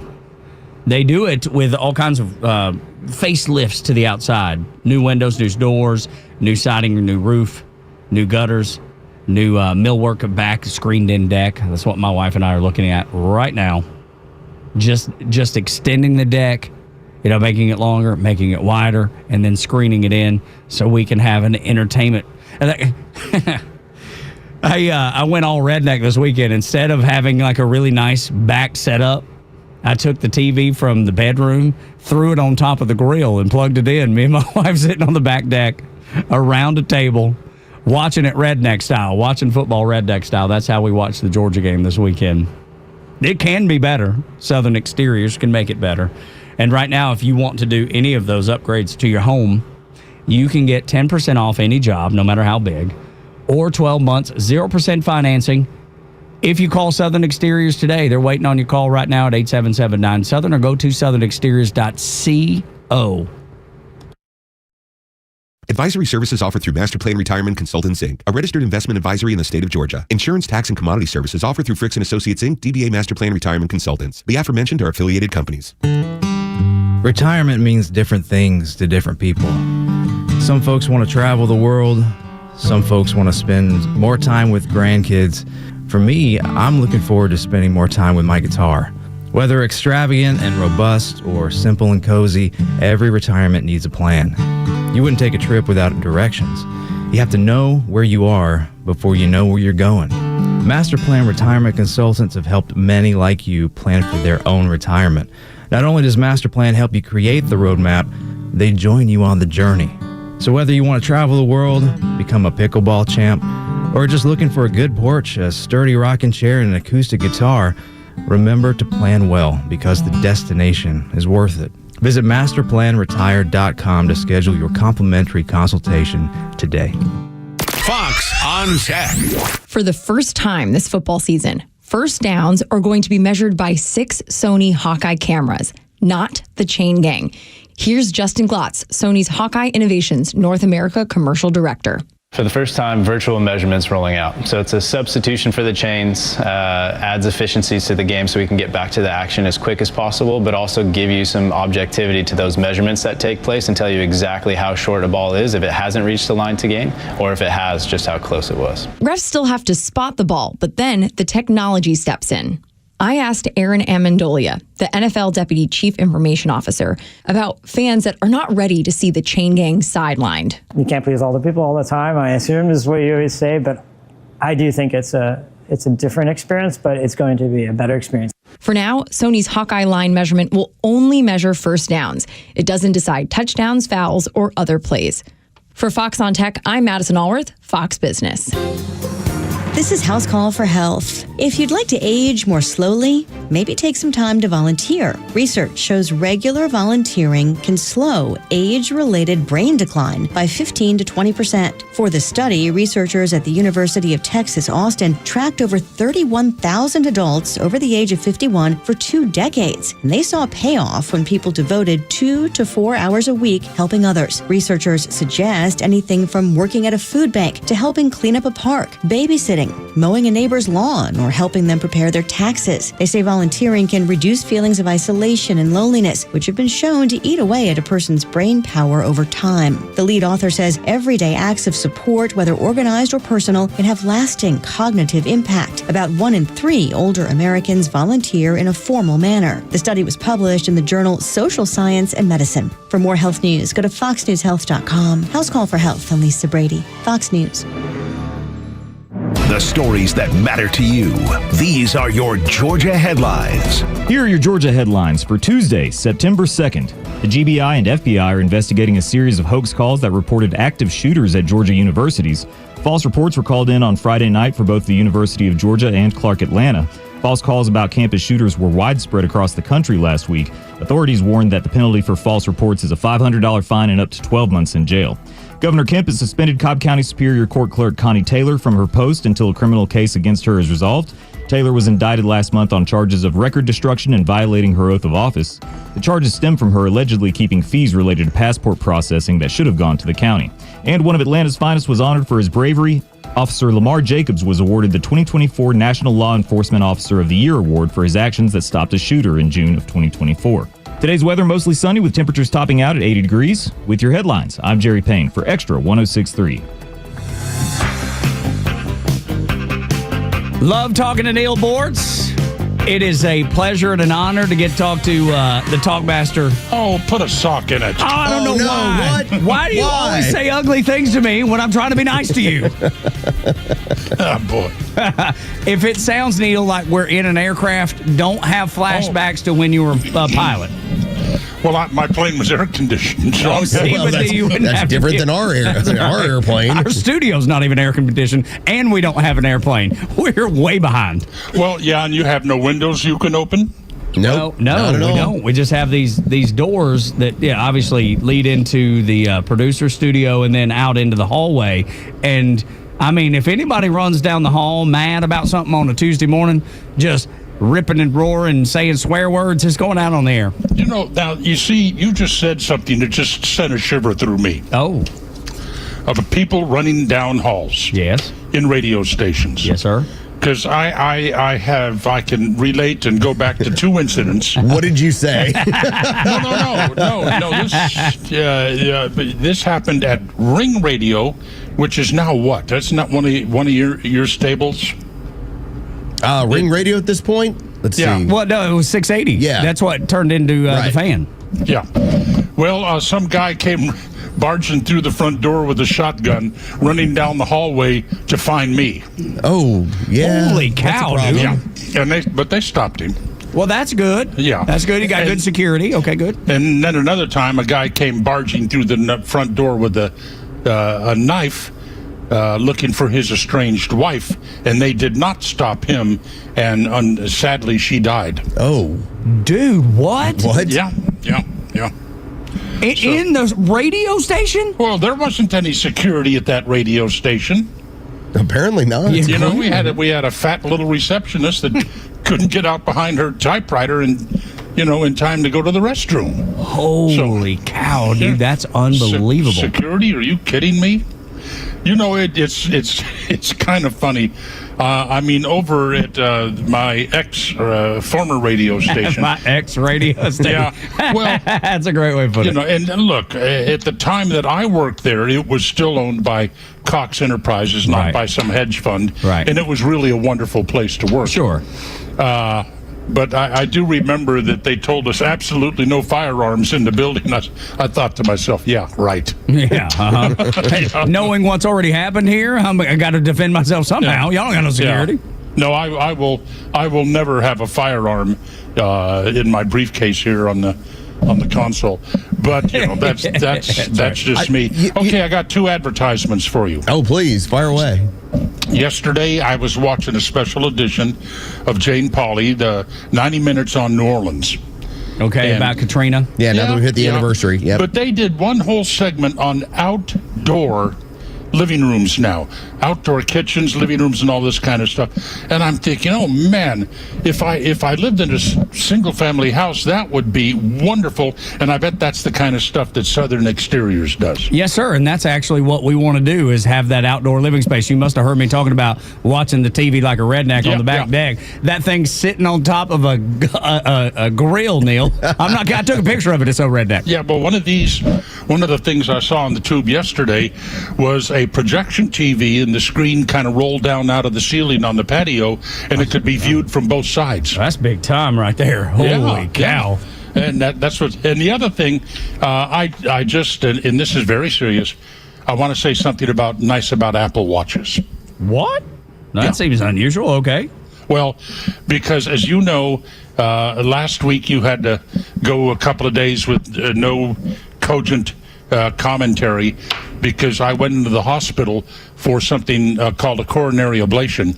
That sounds serious. Well, they take a Halloween, a 4th of July sparkler. Yeah. And they stick it up a catheter into the left ventricle of your heart. That sounds very serious. And why a sparkler? And it's funny the way that you've now actually likened it to using a Halloween sparkler. Well, I mean, come on. And then they burn nerve endings in the ventricle. That sounds to really disable serious. them because they're sending incorrect pulses to your heart. You know, instead of my heart going boom, boom, boom, boom, it was going boom, boom, boom, boom, boom, boom, boom, boom. That sounds like a rock and roll band. Yeah, and how did I know? I had no symptoms. I mean, the only real symptom I had was I was exhausted all the time. And I just said to myself, hell, you're old. No, you just chalk it up to being old. That makes sense. Exactly. But then the Apple Watch, bzzzt, bzzzt, and I looked at it and said, atrial fibrillation. Wow. And so I went to my doctor. He ran an EKG. He said, yep, here it is. Sending you to a cardiologist.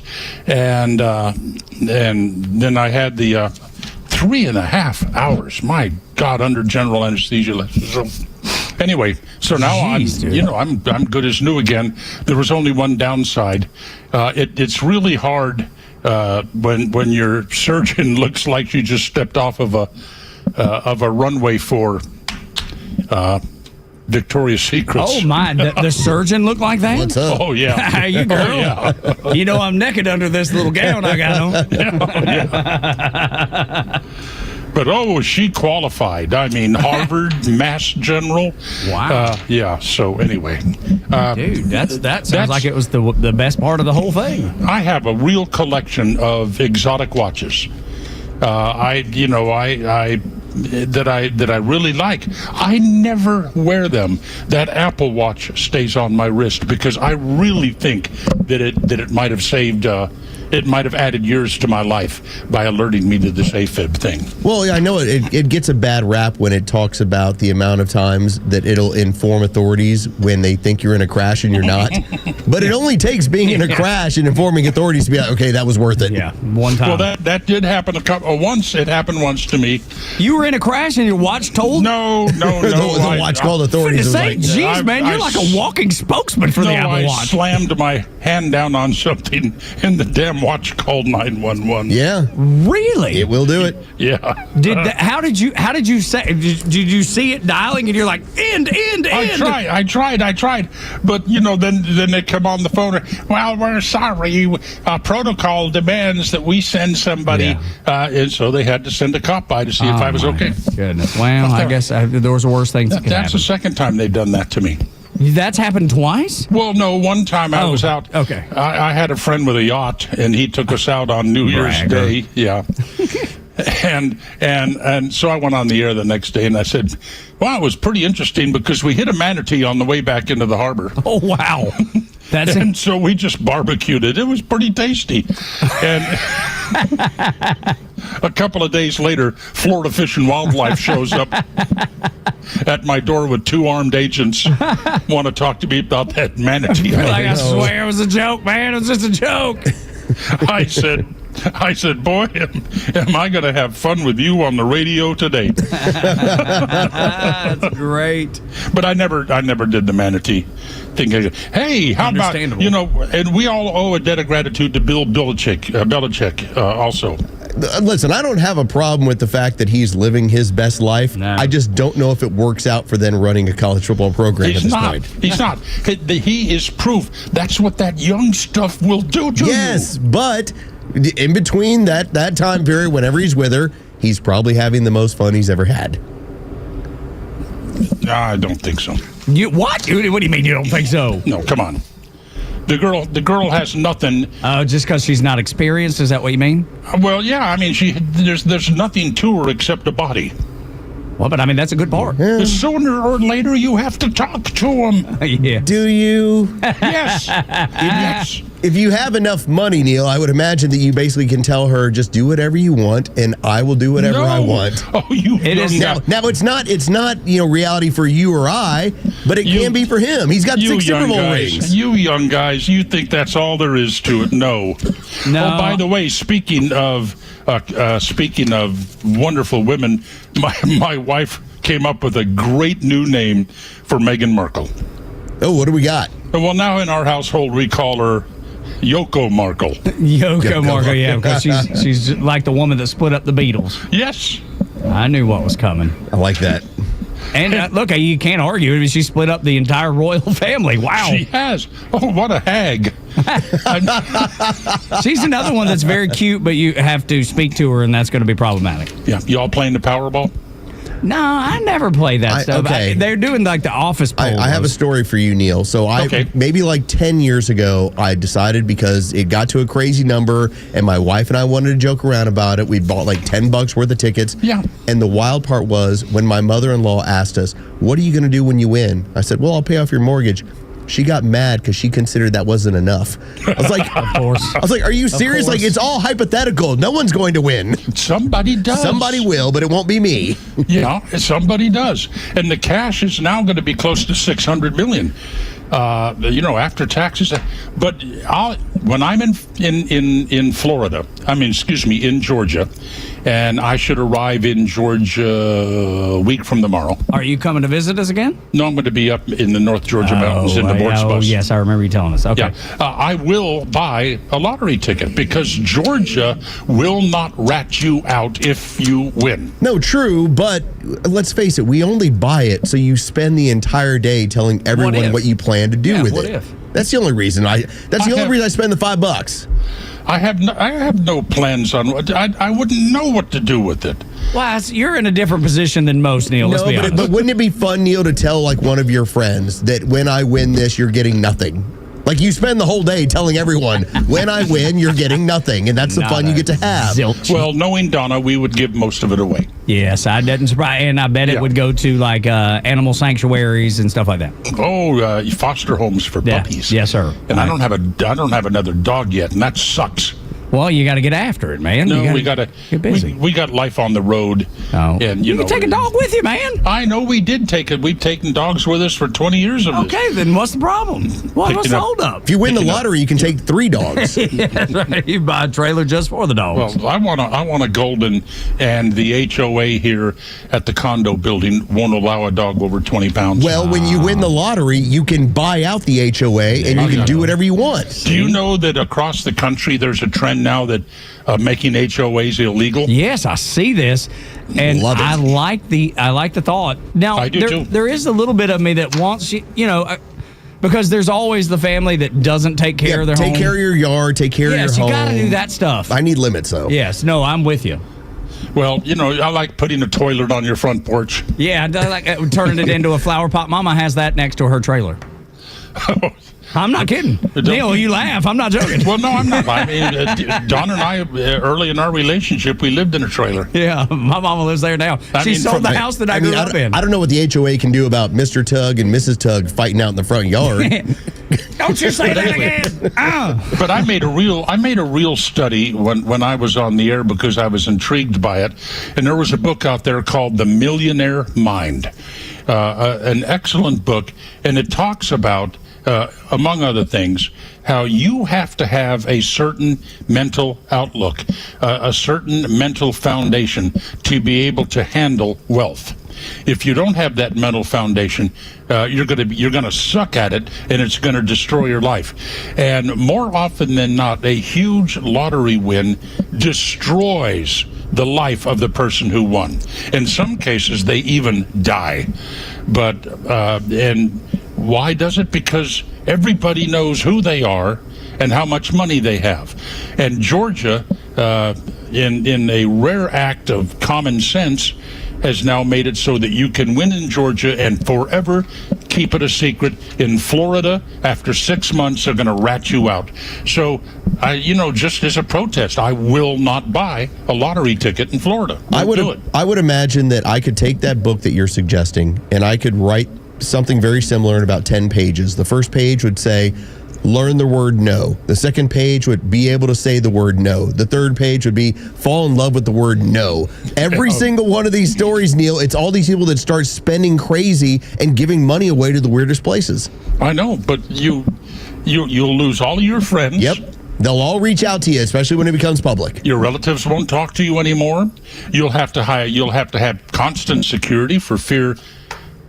Did your fan just die? No, sir. No, it's going. We're good. Oh, it's one of those rotators.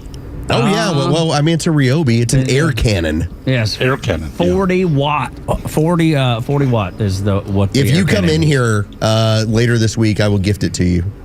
Oh, no. No underwear this time. It'll be a Ryobi air cannon. He'd be disappointed. He's like, what? I don't want this air cannon. Underwear. I'd rather have more underwear. I only wear them once. I've told you. The Bortz bus has five air conditioners. Oh, nice. Jeez, See, dude, we don't have one that works. I mean, we've had it in 120 degrees, and I keep it at 74 inside. It's just as comfortable as it can be. Dude, I love it, man. Neil, you know how to I have live. to think cool. You know, otherwise we're going to whole show. If y'all will strip down to your Pumas right now, we've considered that's it. Not far off. We've considered it. They will come in there and get that air conditioning fixed. I've been joking around about it. I'm going to turn YouTube off and I'm going to strip down because it's getting hot in here.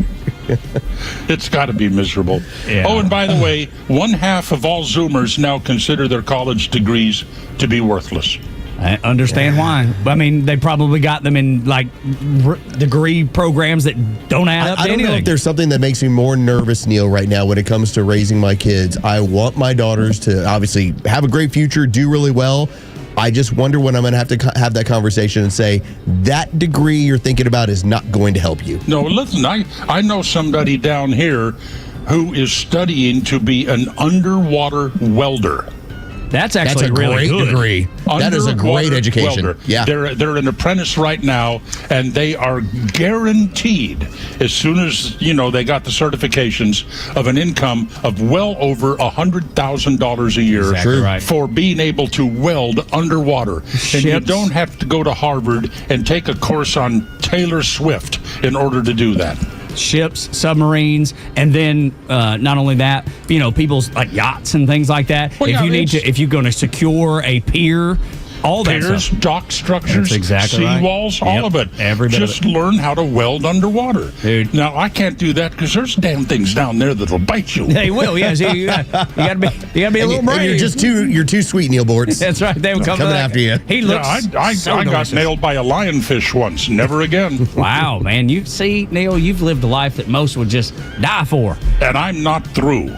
And thank goodness. Thank you, Apple Watch. Yes, sir. And thank you, Neil, for being with us on the Morning Extra. It is Love you always an guys. honor to speak with you. We love you too, bud.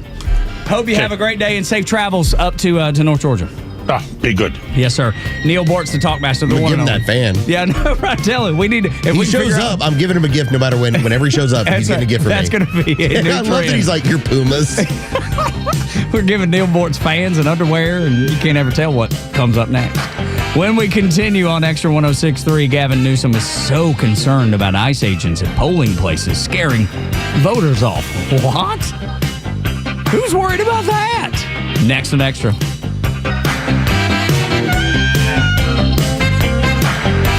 The Morning Extra on Atlanta's only conservative news and talk station, Extra 106.3 FM. Good morning, it's Los. Let's talk about somebody that I like very much because I've learned a lot. That's Tom. Who's Tom? Tom is the Honest Car Guy. HonestCarGuy.com. You have heard the ads. And when I say I've learned a lot, Tom has explained to me this entire car buying game. I'm now a smarter person when it comes to finding the next vehicle. First off, I'm just going to call Tom. 844-SHOW-ME-1. That's 844-SHOW-ME-1. Or go to his website, honestcarguy.com. What's Tom going to do? Well, first off, you let him know what vehicle you want. As he jokes around about it, although he, let's face it, he's kind of flexing a little bit. 1960 all the way to 2025. You name the vehicle, he'll find it for you anywhere in the country. And as he told me, doesn't matter where it is, he'll put it in your driveway within 72 hours. That's how quickly he can work. But he keeps you part of the process as much as you want to be. If you want to see everything that's going on out there in terms of vehicle prices, Tom will keep you right in the loop. If you just want to tell Tom, find me this vehicle, give me a call back in a while, he'll do that as well.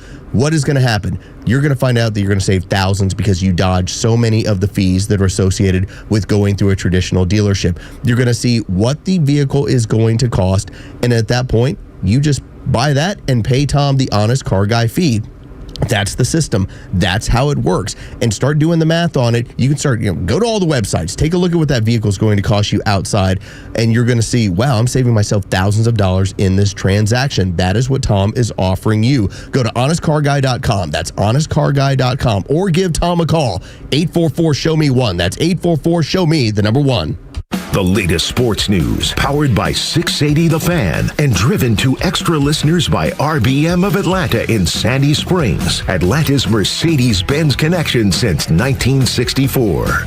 Good morning. Here are your sports headlines for Tuesday, September 2nd. The Atlanta Braves lost their series opener to the Chicago Cubs yesterday, 7-6 final in 10 innings in walk-off fashion.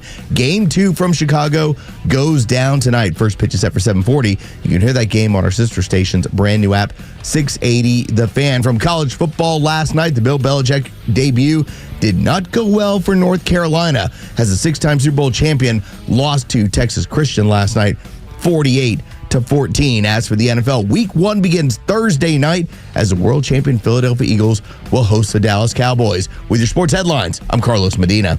Hey, this is Matt from East Cobb. We basically bought our house from our in-laws. It was my wife's childhood home. One of the issues that we've had when we first moved in was our dog in our backyard. It was extremely shaded, could never grow grass back there. We resodded it twice. So ATL Turf Co. did an amazing job with our backyard transformation. They basically created a miniature golf hole. We have a miniature fairway. We also have a miniature little putting green. Consists of about 4 holes, total about 40 yards, so you can definitely work on your short game and your putting.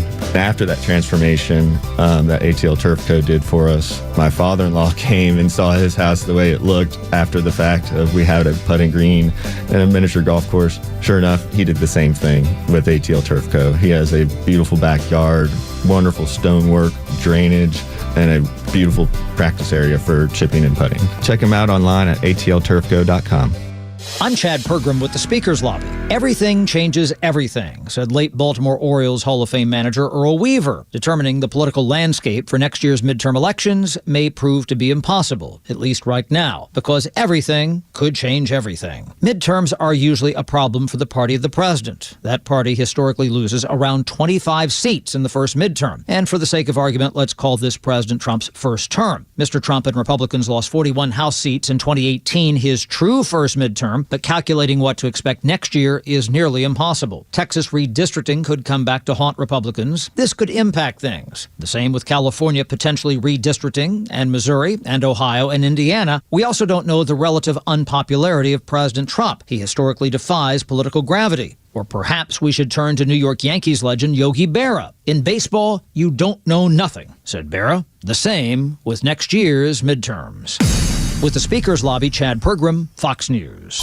The Dean's List with Janice Dean. Teenagers from Minneapolis who helped save a restaurant owner whose wife was in the hospital for months makes today's Dean's List. Urban Olive and Vine employs dozens of young people, and the owners Chad and Carol Trainer have always believed in giving teens a head start. Last year, Carol had a major seizure while she was working in the restaurant. She was in a coma in the hospital for many months, and her husband Chad was having a hard time trying to be with his wife and keep the business running. Without asking, those teenagers decided to step up and help their bosses. They took charge making food, covering shifts, creating the menu, and managing inventory. They did it while all juggling their own studies and home life because they loved their job and they loved the trainers. Unfortunately, Carol passed away this past spring, and the staff closed the restaurant to mourn her loss. But Chad says the restaurant is now back. The kids he hired took care of him, and he says he loves them like his own. Janice Dean, Fox News. Stream Clay Travis and Buck Sexton, Glenn Beck, Fox News, and even NASCAR on Sundays. Anywhere on the Extra 106.3 app. Download the app now and get 24/7 access to the live stream, the latest news, and everything you need to know about Atlanta's only conservative talk station. Download the Extra 106.3 app for Apple or Android and check out even more great original content at thepodcastpark.com. If you missed any of Neil Boards, you can get it on the Extra 106.3 app. It is available for you there at your leisure whenever you want it. Totally dig that man. Yeah, he's the best. His entire lifestyle, the way he looks at things, so much fun. He's just the coolest dude ever. And even, in the because there's certain things politically that Neil and I don't see exactly eye to eye on, which I'm fine with. But it turns into comedy for all of us. Always does, dude. Everything is turned into something funny. And to this day, when he asked me a question, like last week it was, so what do you think about the flag burning? That's right. I know that this is him seeing, am I right, according to Neil, or am I wrong? And that's where in my mind I go, oh man, I better be right about this, because Neil's going to stomp all over me. And we were, because he was like, okay, there you go. Check mark for both of you. That's right. You both get a gold star for today. And that matters. Yeah, it does. I've got friends of mine that text me, and again, I say this to Neil, but I don't know if it ever kind of registers with him. I have friends of mine that text me, oh my God, it was so cool you talking to Neil today. Dude, because they spent so much time listening to him. We all did. Everybody did. Yeah. He was, nobody was Rush, and nobody had the reach that Rush did. But Neil, he was on 300 or 400 stations. He was a bona fide radio superstar. He's what every one of us wanted to be, and still want to be. And the fact that he gets up on a Tuesday and will spend some time with us, I'm like, dude, that's awesome. Thank you. Tell you, I won't. When I'm Neil's, there's not a chance I'm getting up early. You better work an afternoon drive. Yes, exactly right. Yes, I will show up every week at 3:30. Yeah, that's right. But it won't be 7:30 or 7:25. But then again, my dad is kind of this way. So my dad is going to turn coming up on 73 years old this week. God bless him. That man gets up at like 4:30 in the morning every day. Because he's just used to, because that's just what time he gets up. Was that his work schedule? That was just his schedule, and he just stayed with it.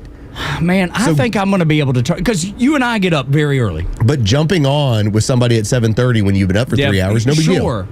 But I don't plan to be, when I retire, when I'm Neil Boards and retired, or your dad when retired, 4:30 is never going to hit my radar screen ever again.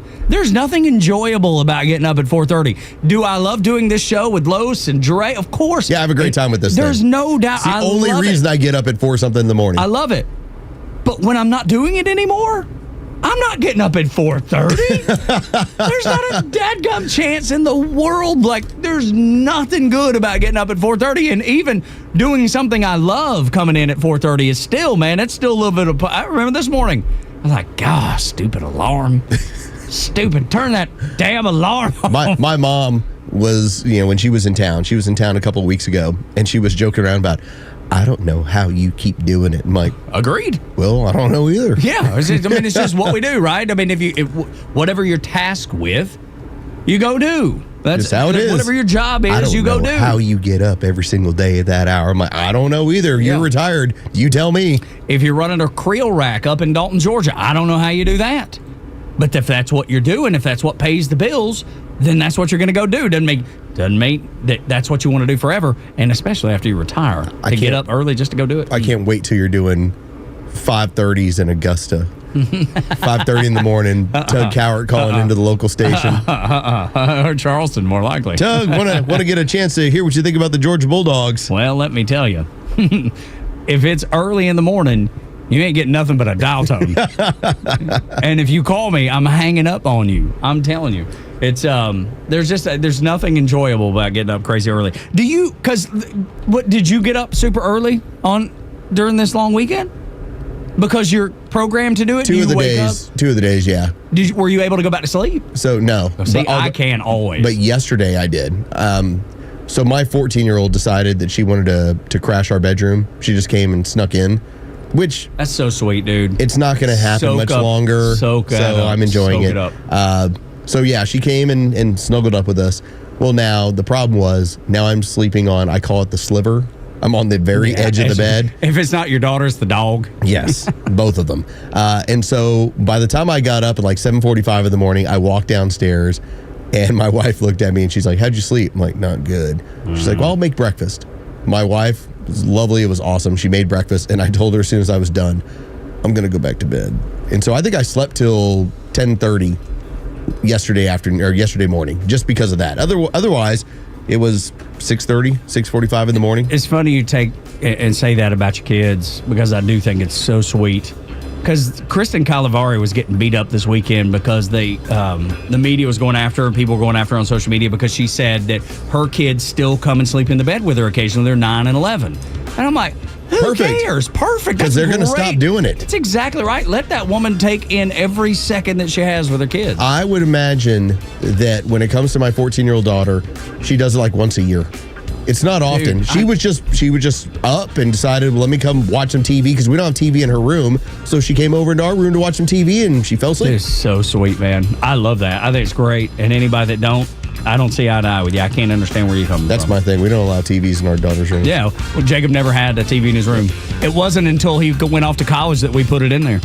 When we come back, Trump is wisely taking another look at Operation Warp Speed. Next on Extra. It's time for the Bortz Report, exclusively on Atlanta's only conservative news and talk station, Extra 106.3. The left keeps whining, and oh, do they ever whine, about Donald Trump being an authoritarian. You want to see an authoritarian? Put me in charge for a week or two. Let me go out there and just make the laws I want to make and have them enforced. Yes, I have a list. It'll make Donald Trump look weak.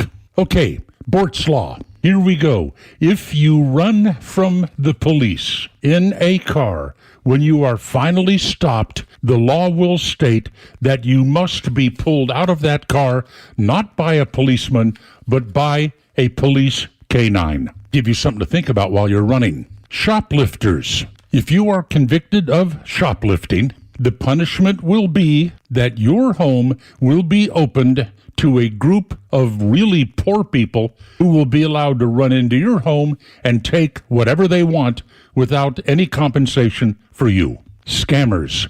All attempts at scamming somebody out of their money, like these emails telling you that you have won a marvelous tool set from Home Depot, will be punished as if you had been successful. You won't be rewarded for failure. Capital punishment. If you're convicted of a capital crime and sentenced to death, all appeals must be carried out within 90 days and the execution set within 1 week of your final appeal. And you will die the same way your victim died. Idiots who block highways in protests. You will be allowed to proceed through the protesters at idle speed. Just take your foot off the brake and roll forward. Any faster than that, it leaves the authorities with the cleanup job. And that's just my first week. You haven't seen authoritarianism yet. I'll show you an authoritarian. Neil Bortz, Extra 106.3. Securing America. The Center for Strategic and International Studies recently held a discussion with Navy Vice Admiral Dan Cheever concerning the future of naval aviation and the world security environment. Admiral Cheever says Navy forces are at their highest level of readiness in the last 10 to 15 years. You can look at the globe right now with the carriers where they all are to see that we are ready and out there. Cheever says the best news is the performance of the Navy's younger personnel, in large part due to their ability to properly implement training. Their ability to adjust and take that training to whatever they see and to think on the fly is one of the best things we have going. The Admiral adds that as a result, his view on training now looks like this. Treat them right, make them expert, make them world class, show them what right looks like, and then get out of the way and let them lead and win. Kevin Uretsky, Fox News. WFOM and W292EV Marietta, a Dickey broadcasting station. The 8 a.m. hour is brought to you by Central Heating and Air.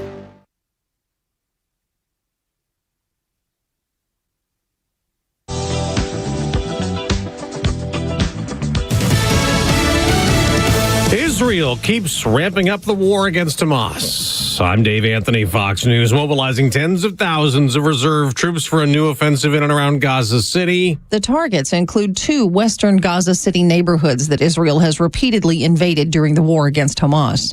Gaza City is the political and military stronghold of Hamas, and Israel says there is still a vast tunnel network there despite multiple strikes.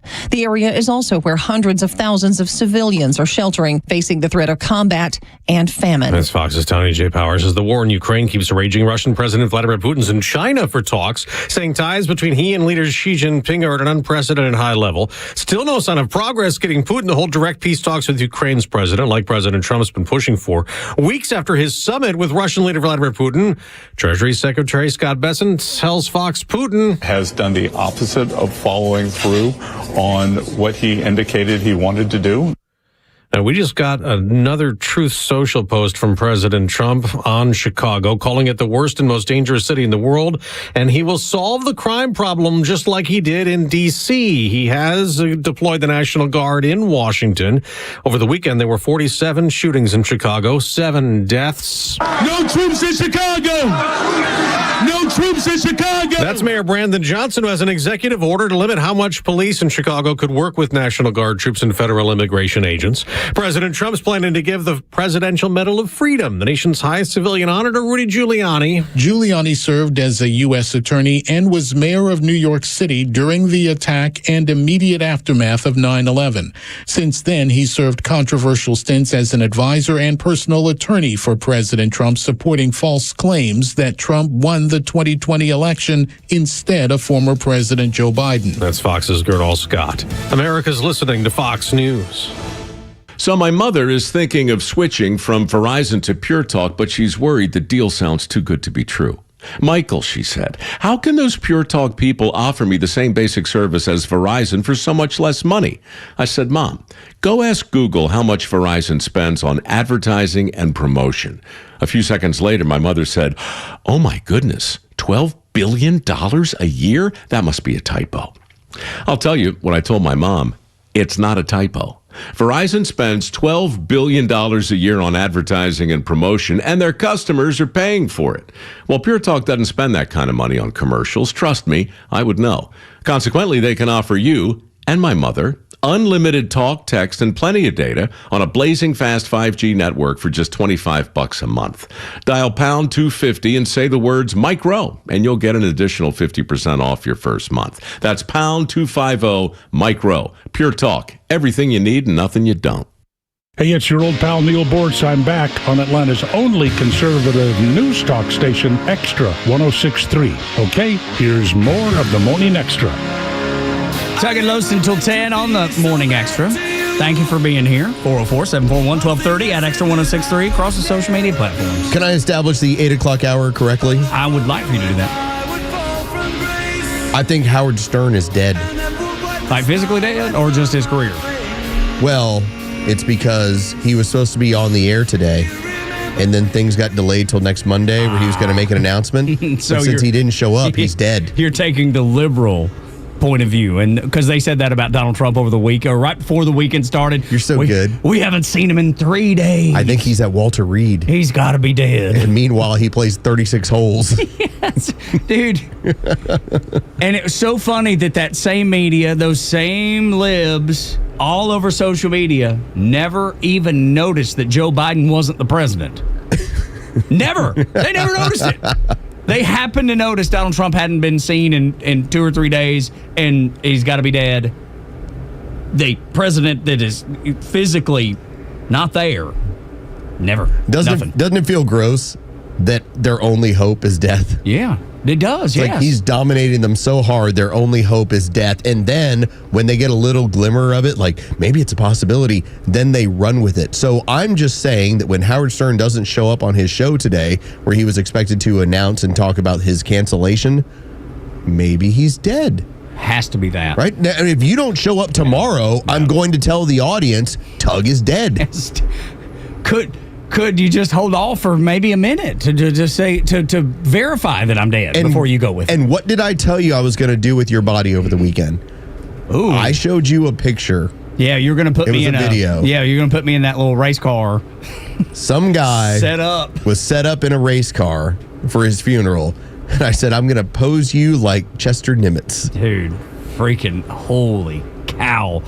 I've never seen anything like that before. If you don't know, there's a video. Go, just do dead man race car. It'll come up right up.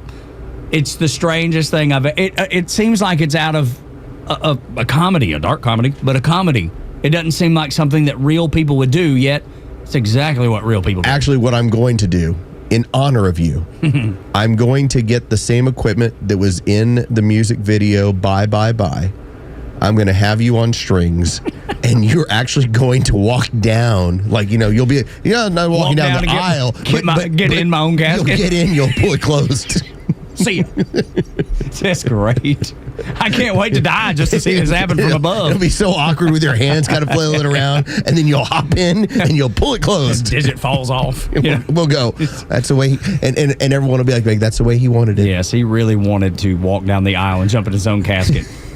He was a weird dude like that, He got what he wanted. Yes. It's all he wanted in the end. Isn't that what everybody says, no matter what? It's the way he wanted to go. I think they make themselves feel better about it. Yes, it's always the oceanographer who gets eaten by a shark, and they're like, well, that's the way he wanted it. That's right. No, he didn't. No, actually, he really wanted to go in his sleep, not being bit in half and bleeding out.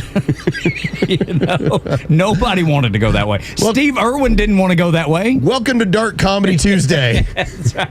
Give us a couple extra days off with a little extra rest. You never know what you'll get. And I'll tell you, when you get to work today, you start telling your friends, so, did you see that guy in the race car? Weird, right? I'm going to pose you like this. Just see how they react. I want to be in, like, Bret Michaels' pants. With, like, a wig and a guitar. Tug always wanted to be a rock star.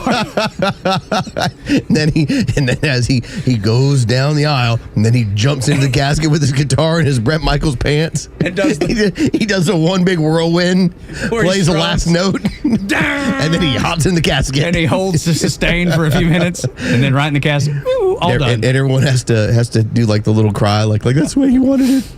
That's so beautiful. That's what he wanted. That's right. That's the way. Your son's sitting over there going like, man, that's messed up. Yeah. I know Daddy loved poison, but wow, I don't think that's what he wanted. Nobody consulted me about this because I would have said this is weird. But you can that's true wealth. That's real power. That's right. Being able to manipulate the way you walk down the aisle or to your casket. The way you jump in your own casket. So odd and beautiful and perfect for a good morning like today.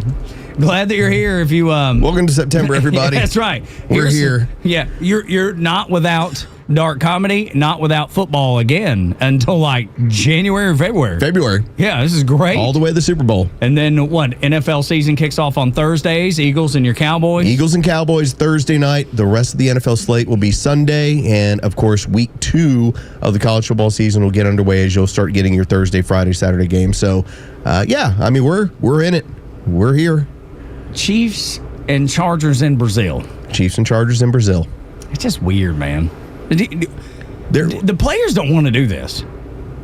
I think that there's so many different revenue streams. Oh, yeah, they're trying to grow the game. I get it. As much as the players might have a problem with some of the travel, there's a reason why you have $1 billion contract with, Amazon Prime and $1 billion contract with Netflix and all these deals that you're going to have.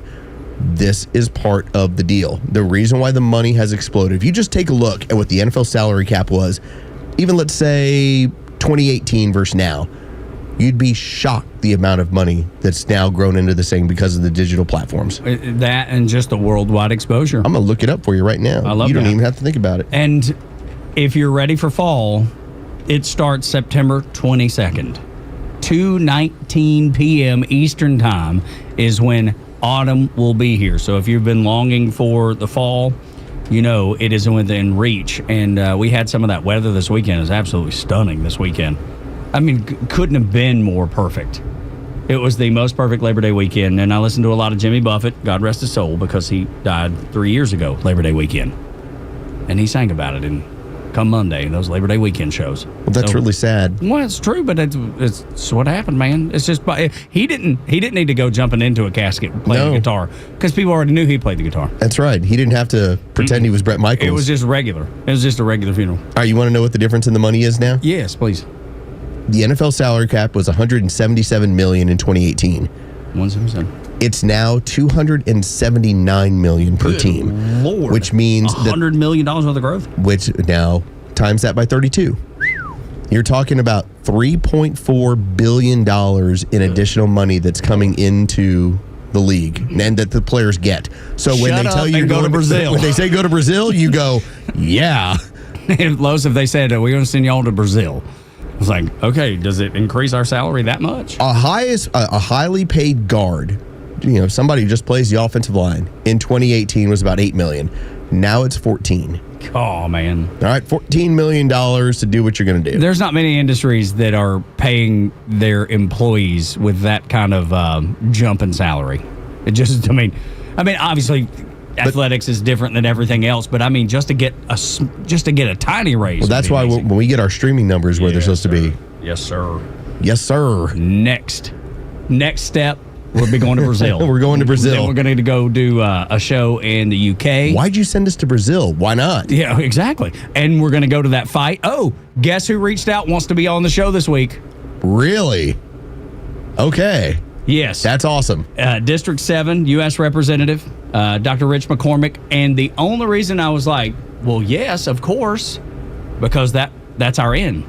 It is our end. To go see the fight at the White House on the 4th of July next year. And the part that excites me, from what I understand, there are members of his team that do listen to this show. Every morning. And I love that because, you and I, obviously he represents us. And so we are probably more critical because when we ask questions, it's because we have our own interests in mind. It's the only time that we have somebody in the House of Representatives where we're asking questions that are specific to our vote. Directly affects us. Yeah, because as much as we love everyone who comes on this show. Barry Loudermilk, who came on and he represents the area that we broadcast from here at DBC. But we don't get a vote. Don't. Nope. It's obviously when we get state senators, that's pretty important, and that does represent us. But oftentimes, a lot of the people that we talk to we're not able to vote for them.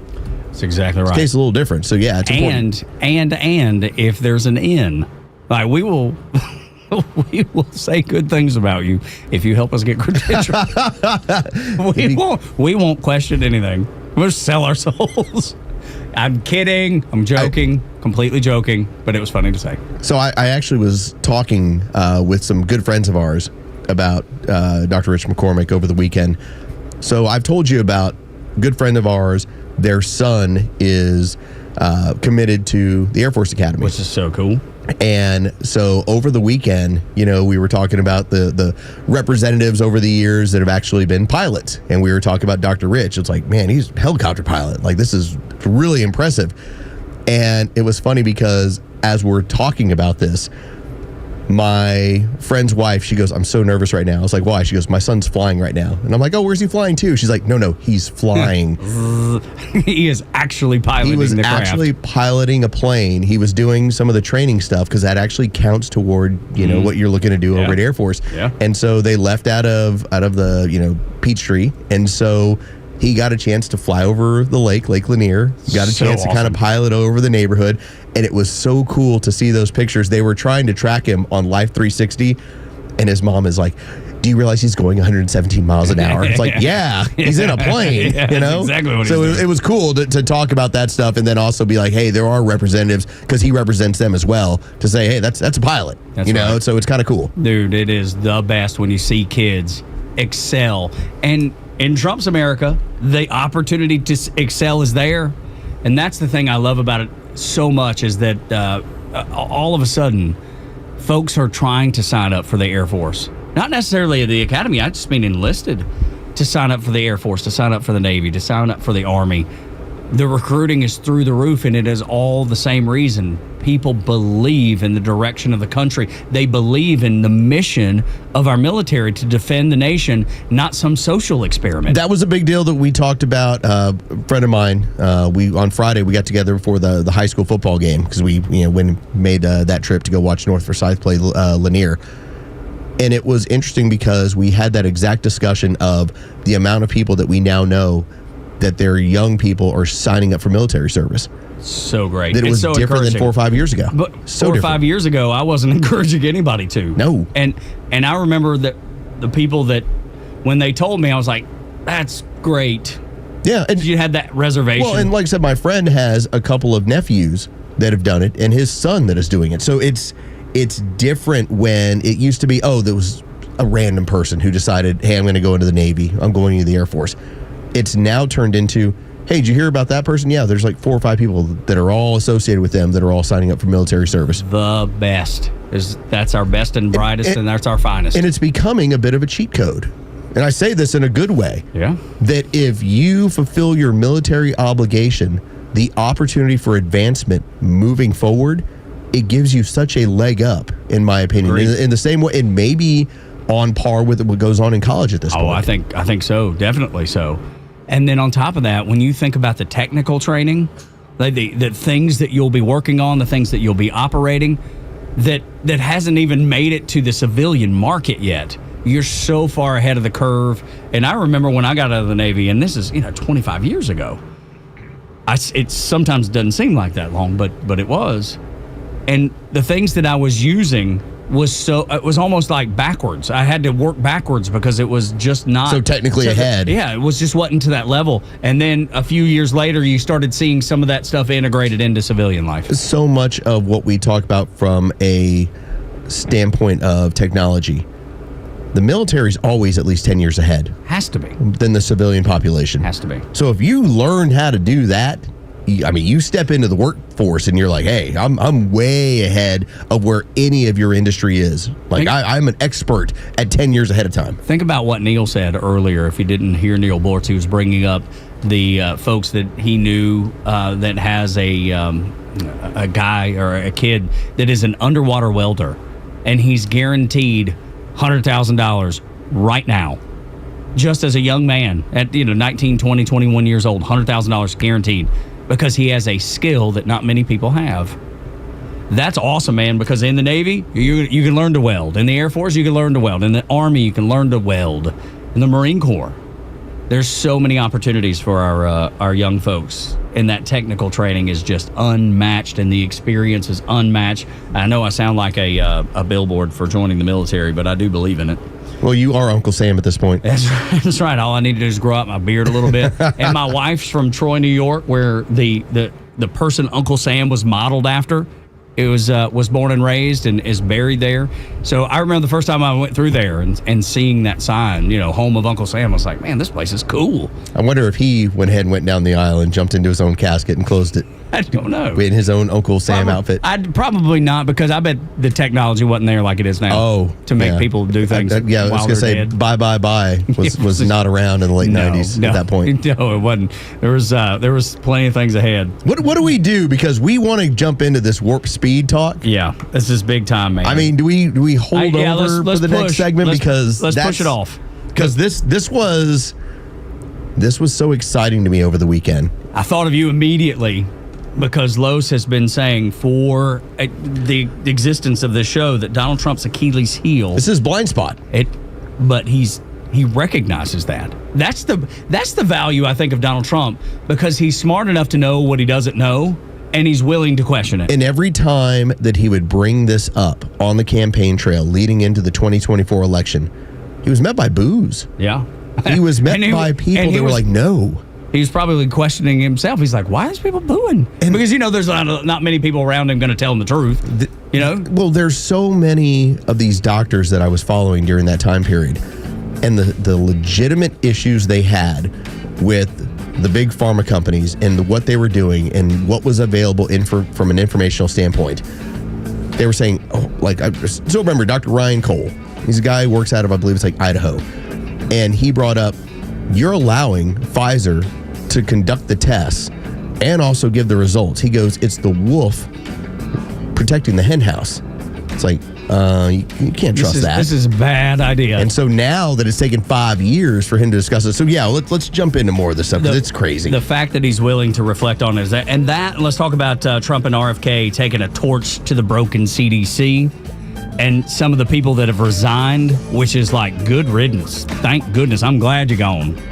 We'll have that discussion next on Extra 106.3. If you'd like to jump into the conversation, 404-741-1230. Neil Bortz is only live on Extra 106.3, bringing you daily commentary on the biggest topics of the day. Catch him throughout the day or hear his latest on the Extra 106.3 app. Advisory services offered through Master Plan Retirement Consultants, Inc., a registered investment advisory in the state of Georgia. Insurance, tax, and commodity services offered through Fricks & Associates, Inc., DBA Master Plan Retirement Consultants. The aforementioned are affiliated companies. Retirement means different things to different people. Some folks want to travel the world. Some folks want to spend more time with grandkids. For me, I'm looking forward to spending more time with my guitar. Whether extravagant and robust or simple and cozy, every retirement needs a plan. You wouldn't take a trip without directions. You have to know where you are before you know where you're going. Master Plan Retirement Consultants have helped many like you plan for their own retirement. Not only does Master Plan help you create the roadmap, they join you on the journey. So whether you want to travel the world, become a pickleball champ, or just looking for a good porch, a sturdy rocking chair, and an acoustic guitar, remember to plan well because the destination is worth it. Visit masterplanretired.com to schedule your complimentary consultation today. Hey, Kimmer here. I'm going to help you cut through all the nonsense when it comes to windows and siding, Peach State Windows, and so much more. The company you want with owner Jeff Shea and his outstanding crews. I've known these people for 25 years, Jeff and his wife. They've been doing around here for 50. Here's the deal. Peach State was not built on marketing gimmicks and cookie cutter things from vendors who knows where they get their stuff. It's built on reputation of integrity and quality workmanship, plain and simple. Relationships with the top vendors mean they always offer you some kind of special deal with the best materials and the latest tech and a price that makes sense for your budget. They don't just throw random stuff at you. Each job customized to fit your home's look, age, function, whatever. Still get the best deals from those trusted vendors, and Peach State even offers financing options as low as, how about zero? And don't break the bank to get your home looking sharp either. Current offers and financing options right there for you at peachstatewindows.com. Skip the gimmicks, cut through the noise, go straight to the company's been doing it for decades. Peach State Windows and so much more. The trusted name, peachstatewindows.com. I'm Devin Kelly with your Fox True Crime Minute.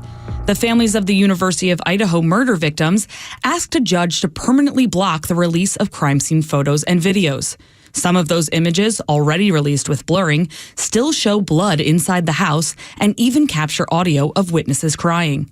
The families say that's not enough, arguing the material is still graphic, painful, and now being shared on true crime sites around the world. Their attorney told the court, quote, blurring is not redacting, unquote. Meanwhile, the city of Moscow says it had to release the files under Idaho's public records law and did its best to censor them. For now, the judge has expanded a temporary order to protect all the families while she decides whether to make that block permanent. There's more on this story at foxnews.com or subscribe to the Fox True Crime Podcast. I'm Devin Kelly with your Fox True Crime Minute. It's September 2nd, and this is your Fox Daily Snapshot. Today is National Victory Over Japan Day, as Japan officially surrendered to Allied forces, ending World War II in 1945 on the deck of the battleship USS Missouri in Tokyo Bay. The war had ended in Europe just months earlier in May. More than 50 countries fought in the war, with tens of millions of lives lost. Also on this date, in 1902, President Teddy Roosevelt first publicly uttered the phrase, "Speak softly and carry a big stick," at a speech during the Minnesota State Fair. And in 2015, Hello, Alaska. President Barack Obama became the first sitting president to visit the Arctic Circle, speaking to the residents of Kotzebue, Alaska. If it's your birthday today, you share it with actor Keanu Reeves, born in 1964, and actress Salma Hayek, born in 1966. I'm Tushar Saxena, and that's your Fox Daily Snapshot. The stories that matter to you. These are your Georgia headlines. Here are your Georgia headlines for Tuesday, September 2nd. The GBI and FBI are investigating a series of hoax calls that reported active shooters at Georgia universities. False reports were called in on Friday night for both the University of Georgia and Clark Atlanta. False calls about campus shooters were widespread across the country last week. Authorities warned that the penalty for false reports is a $500 fine and up to 12 months in jail. Governor Kemp has suspended Cobb County Superior Court Clerk Connie Taylor from her post until a criminal case against her is resolved. Taylor was indicted last month on charges of record destruction and violating her oath of office. The charges stem from her allegedly keeping fees related to passport processing that should have gone to the county. And one of Atlanta's finest was honored for his bravery. Officer Lamar Jacobs was awarded the 2024 National Law Enforcement Officer of the Year award for his actions that stopped a shooter in June of 2024. Today's weather mostly sunny with temperatures topping out at 80 degrees. With your headlines, I'm Jerry Payne for Extra 106.3. 8 o'clock hour is brought to you by Central Heating and Air Conditioning, your Atlanta carrier expert. 770-GET-HEAT, centralheat.com. Donald Trump is not afraid to question, which Los has brought up so many times. This was the Achilles heel of Donald Trump. It was the thing that he could not overcome. He couldn't figure out why people were booing at rallies leading up to the election when he would bring up Operation Warp Speed. He has figured it out. So he posted this yesterday, and I got a chance to read this, and then I shared it with my wife because we have been, I would say this, she was not as anti as I was until she suffered her injury, and then it turned into, okay, maybe you were right about that. Now, she's never come out and said you're right about it, but she's looked at me like, yeah, maybe I got caught up in the fervor. So this is what Donald Trump brought up. It's very important that the drug companies justify the success of their various COVID drugs. Many people think they are a miracle that save millions of lives. Others disagree. With the CDC being ripped apart over this question, I want the answer, and I want it now. All capitals. I've been shown information from Pfizer and others that is extraordinary, but they never seem to show the results to the public. Why not? They go off on the next hunt and let everyone rip themselves apart, including Bobby Kennedy Jr. and the CDC, trying to figure out the success or failure of the drug companies' COVID work. They show me great numbers and results, but they don't seem to be showing them to many others. I want them to show them now to the CDC and the public and clear up this mess one way or the other. I hope Operation Warp Speed was brilliant, and he puts that in quotations, brilliant, as many say it was. If not, we all want to know about it and why.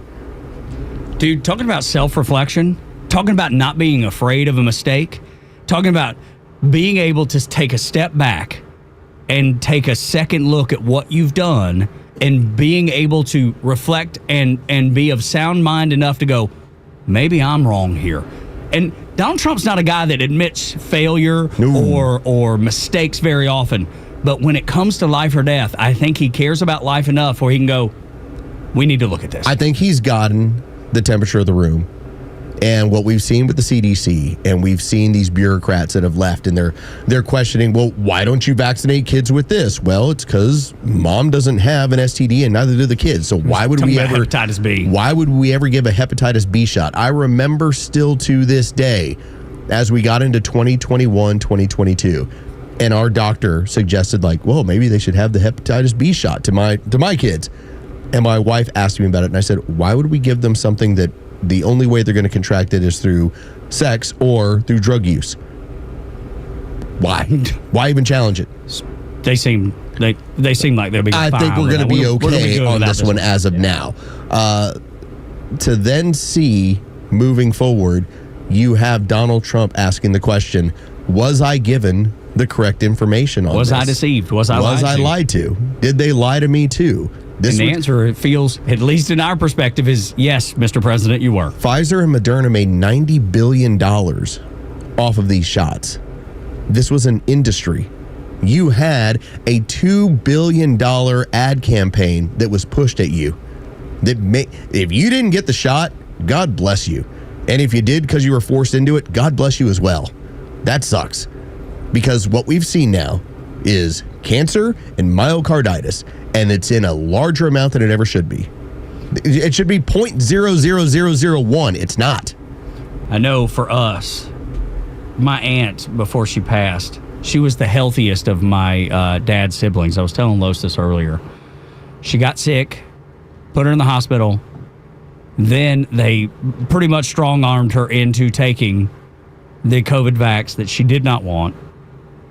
She took it anyway, against her own better judgment, against my uncle, her husband's better judgment. Not even a week later, she's on a ventilator, and we had lost her. Was it because of the COVID vax? I don't know. But I got to tell you, it certainly feels like that may have been the case. In my opinion, if I give my opinion, the answer is yes. The amount of people that passed away from the issues with remdesivir, the amount of people, still to this day, to watch the amount of people that got sick after the shot and then would parrot, it's just so good that I got vaccinated. It's like, apparently it ain't working really good. I mean, seriously, you still got COVID. So you're like horribly ill. You've been at home for a week. You know what I was doing? Nothing. Yeah, same here. We just didn't play the COVID game. When it came to locking yourself down, when it came to all the crazy rules that the left loved enforcing, having people report on their neighbors, setting up phone lines so you could call in your neighbor. And it really became a mental illness. Like there was still is, dude. Yeah, oh God. There was a video over the weekend where this one woman who had, the typical, she had the pink hair and the nose ring. Mm-hmm. She was talking about it. The red pill was there. It was like on her lip. She did not want to swallow it. But she was talking about, I've had 7 vaccinations. Mm-hmm. And she was going through it in her mind. She's like, I was looking back at my history and I've had 7 of them. And now, as she pointed out too, I get sick with COVID every year. Wonder why. It's so strange. But I think this is the one blind spot. This is the one area, in my opinion, for Donald Trump that is the most obvious one that has people like me that point out this is your weakest moment. So now that you're looking back at it and saying, perhaps this wasn't a great idea. But this is good. Can he turn that into a strong moment? Because because it's tied in with the CDC and all the blowing it up. Absolutely, and tearing that place apart, which good, I'm glad it happened. And I continue to see the people that are leaving the CDC in protest. Good, I'm glad y'all are gone too. I have no issue with that. This could almost become one of Trump's strongest moments, Los. Because there's nothing better in American politics to say I was wrong and then pivot and go a different direction. How many people have made mistakes, whatever the mistake is, said I was wrong on national television, now social media kind of becoming that, and then they bounce back even stronger. That's what Trump is up against. He could physically make this one of his most positive issues. You have millions of people that feel the way I do of this was wrong. This was done incorrectly. As I pointed out before, when you stripped away FDA regulations that then suddenly just turn this shot available within this short amount of time, there was always going to be complications. The fact that they tried to pretend like there were zero complications ends up being an issue. So Donald Trump is going to end up telling you, this is the information that Pfizer gave me. This is what they told me was in it. Once it was mass-produced, there was different stuff that was part of it than what was originally tested. That's where your SV40 comes in, your cancer-causing agents. Why do you keep having such a thing as turbo cancer? You think that's some sort of miracle, like it happened out of nowhere? What do you call it, The statistical anomaly? There it is. Yeah. That's so strange. It's something that doesn't happen to young people. All of a sudden Suddenly happens to young people. With a great rate. But I'm like Dr. Malone a little bit. Robert Malone said over the weekend, the reason these people are bailing at the CDC has nothing to do with the fired director, more about the fact that the truth is about to come out. And they're like rats bailing out of a sinking ship. I love that idea. that they were in charge of the safety practices and the safety standards. And now that you've got Robert F. Kennedy Jr., who is going after this thing and getting to the bottom of it, now they're all leaving in protest. I'm right there with you. I think Robert Malone's correct. Dr. Robert Malone, one of the guys that holds a multitude of the patents on the mRNA vaccine, the mRNA in terms of messenger RNA that goes into your system, who he flat out said from very early on, this is not ready for prime time. Why are we using this? And again, he holds patents on it. And then he was ostracized by the media and by the government because I can't believe you're saying this stuff. The dude flat out was telling you this particular product is not ready. It's like, I'm the one who holds patents on it. It's not ready. And I'm telling you it's not ready. But this is just the first step. This is the first step that we want to see for sure. But it has to continue to the point where people are held accountable. The people that lied to the president, the people that made up numbers and lied to us, as an American, for that matter, the world, lied to the entire world. And then the people that started it to begin with, like Dr. Fauci. Like, this is the very first step in all of that being a possibility, Los. Yeah. That's the most encouraging part to me. You've talked about the pound of flesh that we all would like to see. Someone being held accountable. Who's accountable for this? And we all feel like Dr. Fauci is. This feels like 2007, 2008, responsible for it. Where you had a global economic meltdown, and by the time that we bailed out the banks for what they had done, all we saw were bonuses that were paid out to bank employees, CEOs, and everything else. Unreal, and man. It was like, wait a minute. Who came up with these derivatives? Like, shouldn't one of you end up going to prison over this? It's the same thing with COVID. Shouldn't somebody go to prison over this? The creation of it, the financing of it, the leak of it, and then to see the mismanagement of all of it? And then the number of deaths to begin with. I mean, it's astronomical. Those numbers are hard to comprehend. The number of people dead because of COVID. Like, how is EcoHealth Alliance not synonymous with Nazism? Where you go, I know exactly how this played out. I still remember we were one of the only people in broadcast radio that was actually talking about EcoHealth Alliance and Peter Daszak, and talking about the coordination between that office and Dr. Fauci, and of moving, offshoring this research. Barack Obama said it. We're not doing this at home anymore. All right, let's send it overseas. Let's do it somewhere else. And we're financing it. Oh, dude. You know? Somebody needs to be held accountable. Will this be the first step in the hope that we've all had of seeing accountability? And granted, Tug, I know that when I get into this stuff, I'm diving into this fringe. I'm diving into... Do you think it is now? I don't know that I think it's fringe anymore. I think it's been made into it so much that it felt like Donald Trump was feeding the fringe yesterday. Like, I'm reading it going, hell yeah, finally. Because I've been turned into that person. I think more people agree than you think then. I get the impression that a large amount of people want to turn it into low, shut up, forget about it. That's what I get the impression of. Are you talking about who is it that you think wants to do that? Because I don't get that impression at all. It's just a feeling that I've always had with this. When I start bringing up some of the aspects of this stuff, I feel like I'm speaking to a group of people where they're incredibly passionate, but largely, even those that agree with me politically, want to bury their head in the sand and just say, well, let's just forget about that. That was a mistake. I think maybe prior to Donald Trump maybe I'm wrong. I don't know. I think you are on this, man. I really do. I think there's more people in your corner than you believe, or maybe have realized. Maybe it's because you came from down the hall, where every time you brought it up, people were like, down the hall, shut up. And if you turn on the mainstream media, then sure, yeah. But if we were to open the phone lines right now, I guarantee you the people listening to this show, which is in a big number and we appreciate, I think they all feel the same way. I think everybody feels like COVID was a huge scam. Are there people that are going to follow the mainstream narrative and just fall in line? Sure. I'm telling you, I think that number is snowballing. Was it when you first started talking about this? When we all first started talking about this, I think it was a tiny number. I think looking back, I think more people now realize than ever before that they were snowed, and unfortunately, their government lied to them. I think what I just need is a certain group of people to go, I was wrong. Oh, you know. Like, I get it from, I'll tell you, like, I give credit to Chris Cuomo.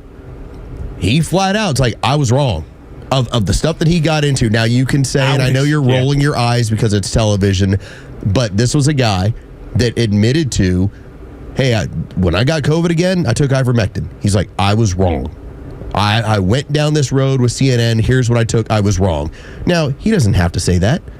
He didn't ever have to broadcast that. He can always be holier than thou. I was right about it. The amount of people that were taking anything that was alternative where we were saying, hey, this is effective, and turned it into, you guys are a bunch of quacks. Look at this study. Look how this doesn't work. Remember, the FDA got sued because they actually put out an image online that said, you're not a horse. All right? It was illegal. They're not allowed to do that. They're not allowed to suggest what you should be taking. And yet they got sued for it, and they lost. They had to take it down, and then they had to remove that. Horse dewormer, ivermectin. Man, I'll tell you, when you look at the actual studies that showed its effectiveness as a prophylactic, 86% effective, yeah, there were people that were taking it, and you know what they were doing? They weren't getting COVID. Yeah, they were healing. Can I go back to Chris Cuomo just real quick? Yeah. I think Chris Cuomo now realizes, because his career was dead, how do I revive it? How do I look different? That's the way he does it. Just like with Jake Tapper, when the pressure's off, when there's nothing to lose, they're willing to open up and admit to the truth because it benefits them. That's the only reason, in my opinion, Chris Cuomo did what he did. I just think that we're in a position where you have a lot of television people, a lot of media that will talk about how they were wrong about Donald Trump in a lot of aspects. They'll say, I didn't get it. I mean, J.D. Vance, vice president's like, I was wrong about Donald Trump. COVID's the one area where they won't go down and admit that they were ever wrong. It's that one area where they were so sacrilegious, where they bought into all of it. Or appreciated what opportunities it gave to keep people under their thumb. That they in no way can ever go back to it and say, I was wrong. Handful here and there, but in mass, no. Telling you, I don't trust Cuomo as far as I can see him. As far as I can, if he's in the room, and there's nothing about me that trusts him. There's nothing about me that trusts Jake Tapper. They always say whatever's going to benefit them. Even if it's groveling, even if it's saying I was wrong, they only do it when it's beneficial, when the pressure's off. Jake Tapper knew that Biden was a vegetable and acted like it wasn't. I'm not sure where Cuomo was, but I know now that he's saying the right thing, which, I don't know. I just don't trust him. There's not a bit of me that trusts him. I hope it's genuine. I hope I'm wrong about that. When we continue on Extra 106.3, Gen Z continues to favor one political party, and it ain't even close. Next on the Morning Extra.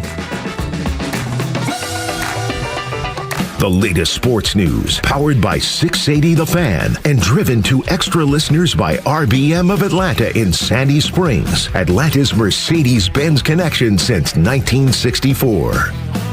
Good morning. Here are your sports headlines for Tuesday, September 2nd. The Atlanta Braves lost their series opener to the Chicago Cubs yesterday, 7-6 the final in 10 innings in walk-off fashion.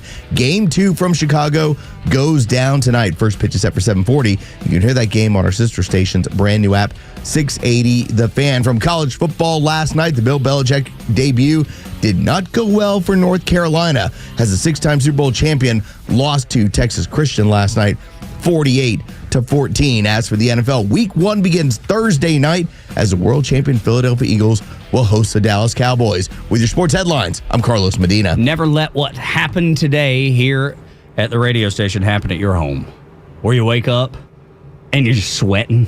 You wake up, you're so uncomfortable. You never have to allow that to happen at your house. All you have to do, pick up the phone and call Central Heating and Air Conditioning. 770-GET-HEAT, centralheat.com. When they come out and do the maintenance 2 times a year, they make sure that your system is running to peak efficiency. It's running and operating the way it's supposed to. If there's anything that they find wrong, they fix it.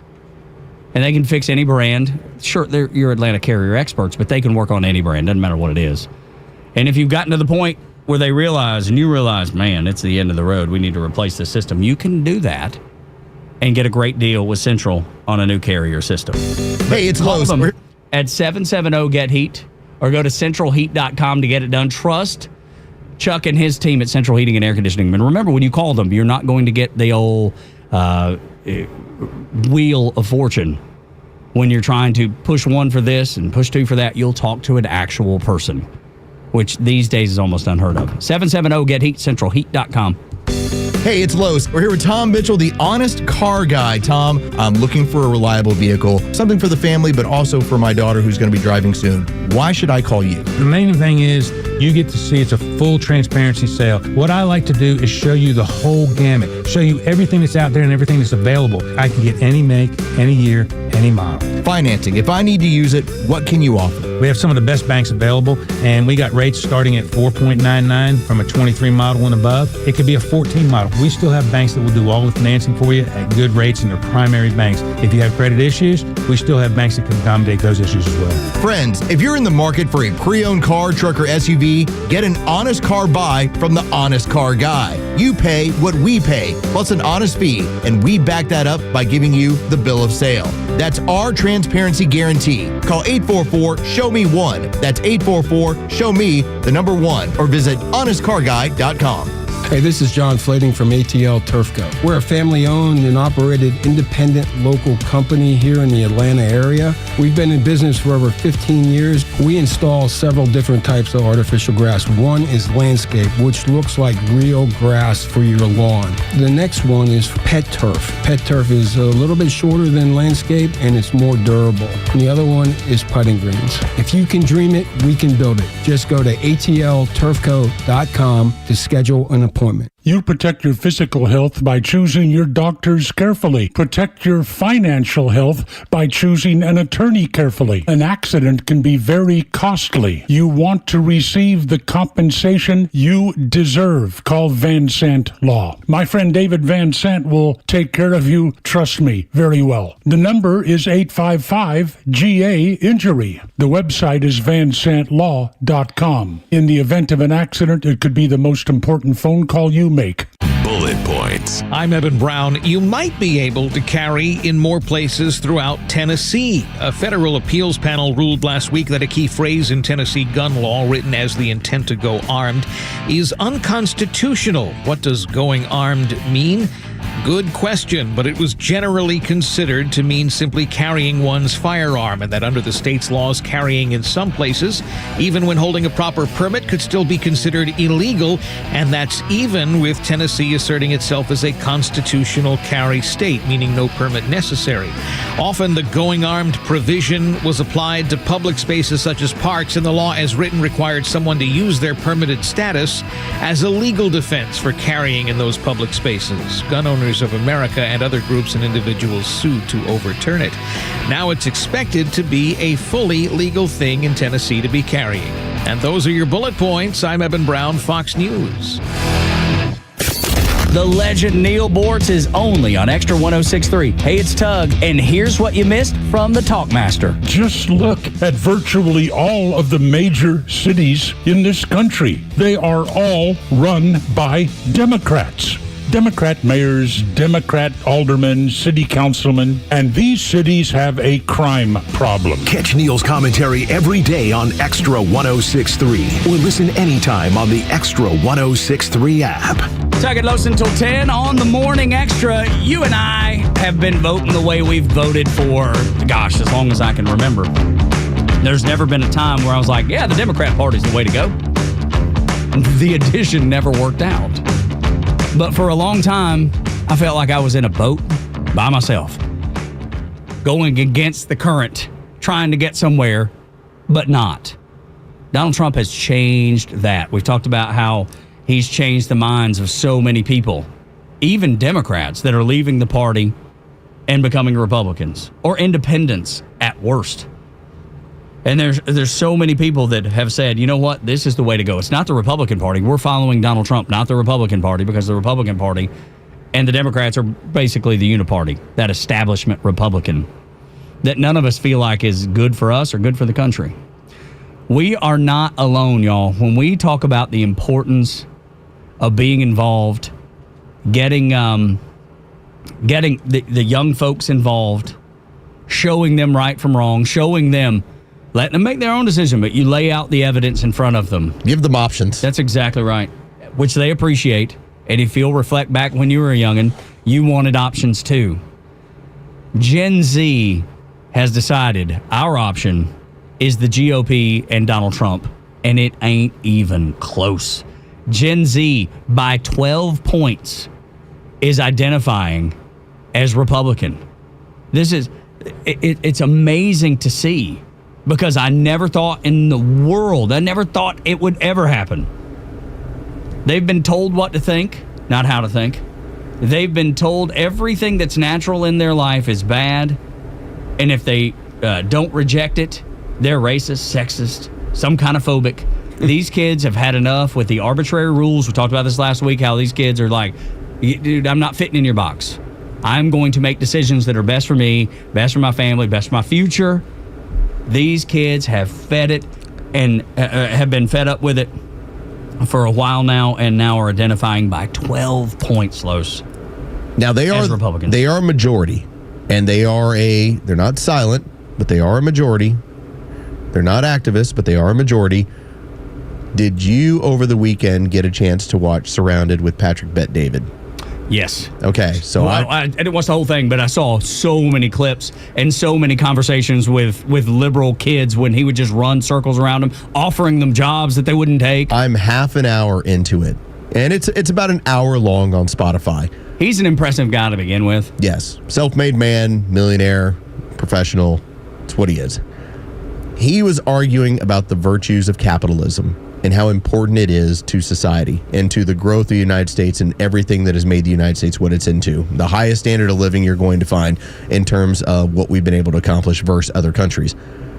And yet, it was one after another of loud, minority, small-minded communists. Again, this is a, I would say, at the very most, let's say that happens to be 15% of Gen Z. The fact that it's 15% that are this hardcore as communists, that's what you're up against.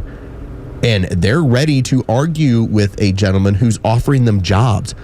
One woman flat out said she can't work because she has a mental illness. And he's like, okay, was that checked by a physician? It's like, yes. Goes, okay, and she made the point. I can't work because I can't see a specialist, so I can't get the treatment I need. And he flat out tells her, I will pay for you to go see the specialist you need. She's like, okay. He goes, on one condition. I would like for you to go see a psychiatrist so we can have a baseline of what you're dealing with. She's like, no. Won't do it. Another kid that was debating with him said, I can't get a job. He's like, I'm here to offer you a job. I will offer you a job. He was like, well, I need to know what your company's all about. I got to look into it. Yeah, I got to look into it. And he's like, no. What do you mean? I'm offering you a job that will pay you a good salary. And he was like, I must know what the company's all about. What are the morals and principles and everything that the company stands on. He was like, we're a good company. We're going to take care of you. We're going to give you opportunity. And the kid flat out said no. The minority looks at these scenarios and they would prefer to be a victim. They identify with their victim status. Remember, we talked about, and this was probably a good month and a half ago. Talked about the tweet that was out there. When someone is wrapped up, their identity is wrapped up in this. You can't fact check them out of it. They're going to have to realize at a certain point. And one of the things that Patrick Bet-David had brought up, he's like, you will waste decades of your life with this mentality. And if you don't break it, your life is going to be this sad, depressing, woe is me, angry situation. And that's maybe 15% or 20% of Gen Z. That's entirely too much. It should be 2%. Why would you ever gravitate towards communism? It's because of what's being taught on our college campuses. One of the kids that were interviewed by the Washington Times, where this number comes from, this 12%, a 12% lead as far as the polling goes for the Republican Party with Gen Z and then the Democrats. Kid said, everything we've seen for the past even decade, people like myself, young white male, we've been completely demonized and almost hated, told somehow we're wrong and everything we think is racist or sexist. That's what's pushed that generation so far to the right. Because at some point there were probably, that age group, under 30 were probably center left, or at least that was my understanding. Under 30, center left. Under 30 these days, center right, if not just exclusively right leaning when it comes to politics. And please understand this. That lead is not permanent. No, it's definitely not. Because so many of the young people that make up Gen Z, there is a large amount of issues that are on the left that they agree with or they partake in. For instance, when you talk about climate change, they're willing to listen. They don't look at it as some pseudoscience. They believe that it does exist. Do they believe it's man-made? Yeah, a good amount of them do. But what's happened is you've insulted them to their face for so long that they've even taken issues like climate change and say, that's no longer that important to me. Yeah. Like, yes, do I believe that, man? But that will not dictate my vote. But if you screw this up, they'll go back the other way. Because they've been told and lied to about climate change for so long that they're like, we've had enough. It doesn't matter to me because you've told me that the waterfront of the any state in America is going to be gone, and then Barack Obama buys a house on the waterfront. How does that make any sense? We've all made fun of it. They've grown up with it. And by the way, these are the most conservative people since the Great Depression. They grew up with their parents having to deal with the mortgage crisis. Like, they realize what goes on when your household has problems. They've seen this stuff. They're not frivolous. But that's why it's so important to hook them now and to keep them, in the big tent. Can I give you the victim status from a college Democrat, Binghamton University in New York? Technology is everywhere, right at your fingertips. TikTok, all that stuff. And yet, you can just see blatant misinformation. It's everywhere. And it's not even called out anymore. What are you talking about, dude? What? You've been brainwashed so much that anything you disagree with is, of course, misinformation. That's the problem. These are the people that invented malinformation. And if you don't know what malinformation is, I hope you do, but if you don't, it's information that's true, but it's not in your best interest to hear it. Yeah. They actually decided what you're allowed to listen to and what you're not. That's malinformation.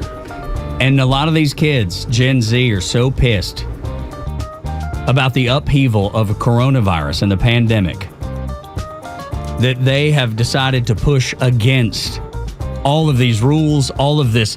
Keep people under your thumb. Tell them what they can and can't do. Use the resources of government to keep people from living their lives. They saw it up close and personal. They lost their freshman year of high school or their senior year. They lost prom. They lost everything. And if they're in college, they lost the senior year of college or the freshman year of college.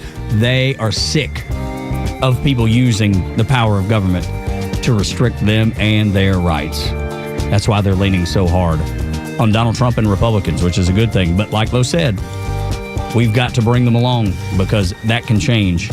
As quickly as it changed to get here, it can change and go back. A recount is coming because the old one favors blue states and Democrats. Next on Extra 106.3, 8 o'clock hour brought to you by Central Heating and Air Conditioning, your Atlanta carrier experts. 770-GET-HEAT, centralheat.com.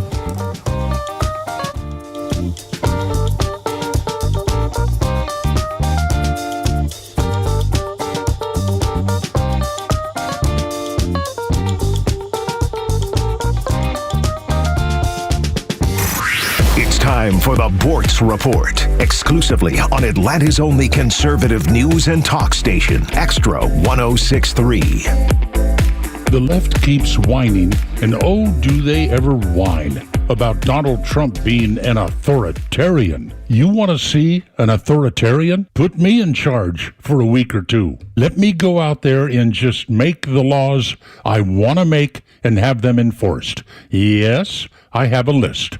It'll make Donald Trump look weak.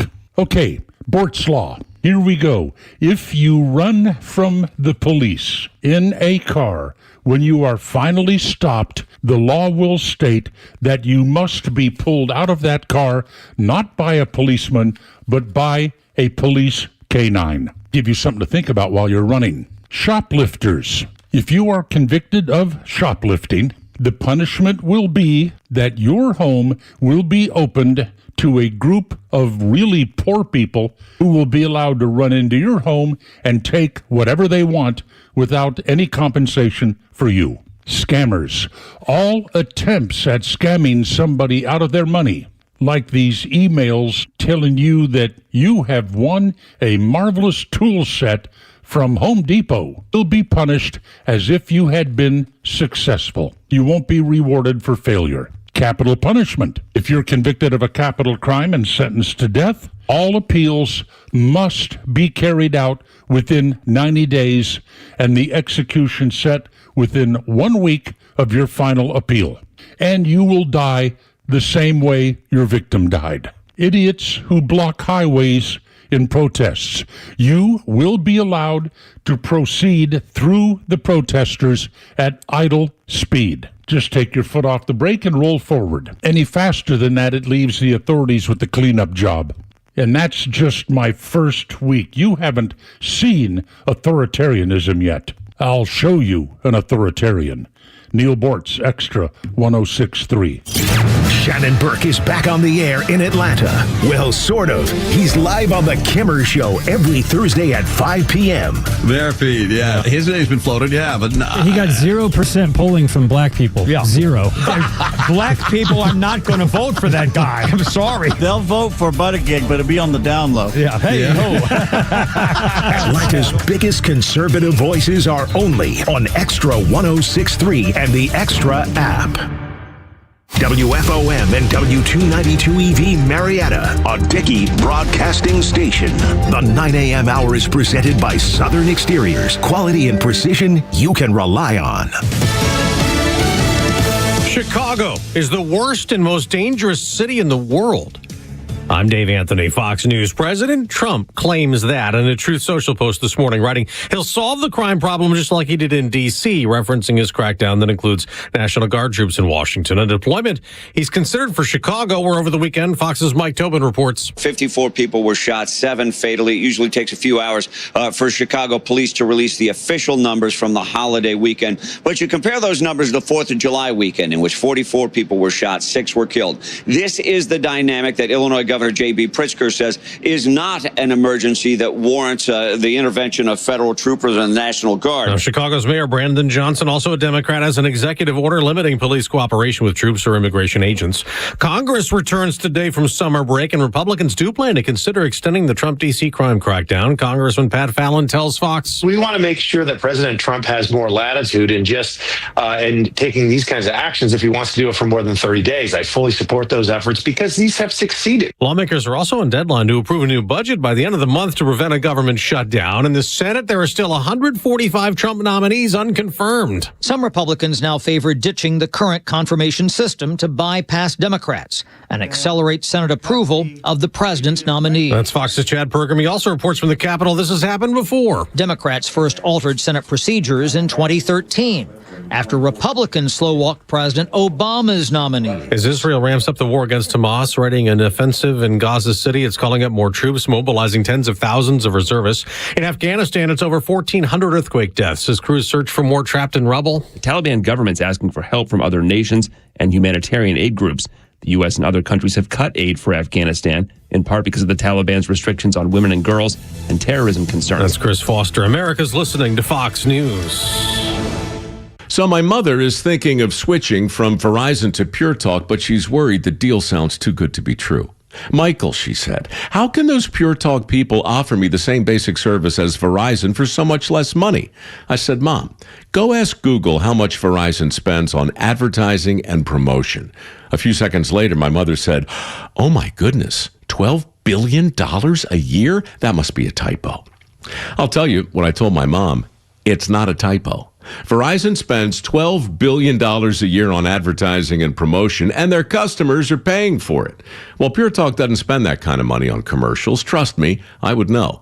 Consequently, they can offer you and my mother Unlimited talk, text, and plenty of data on a blazing fast 5G network for just $25 a month. Dial pound 250 and say the words Mike Rowe, and you'll get an additional 50% off your first month. That's pound 250 Mike Rowe. Pure talk. Everything you need and nothing you don't. Want weather?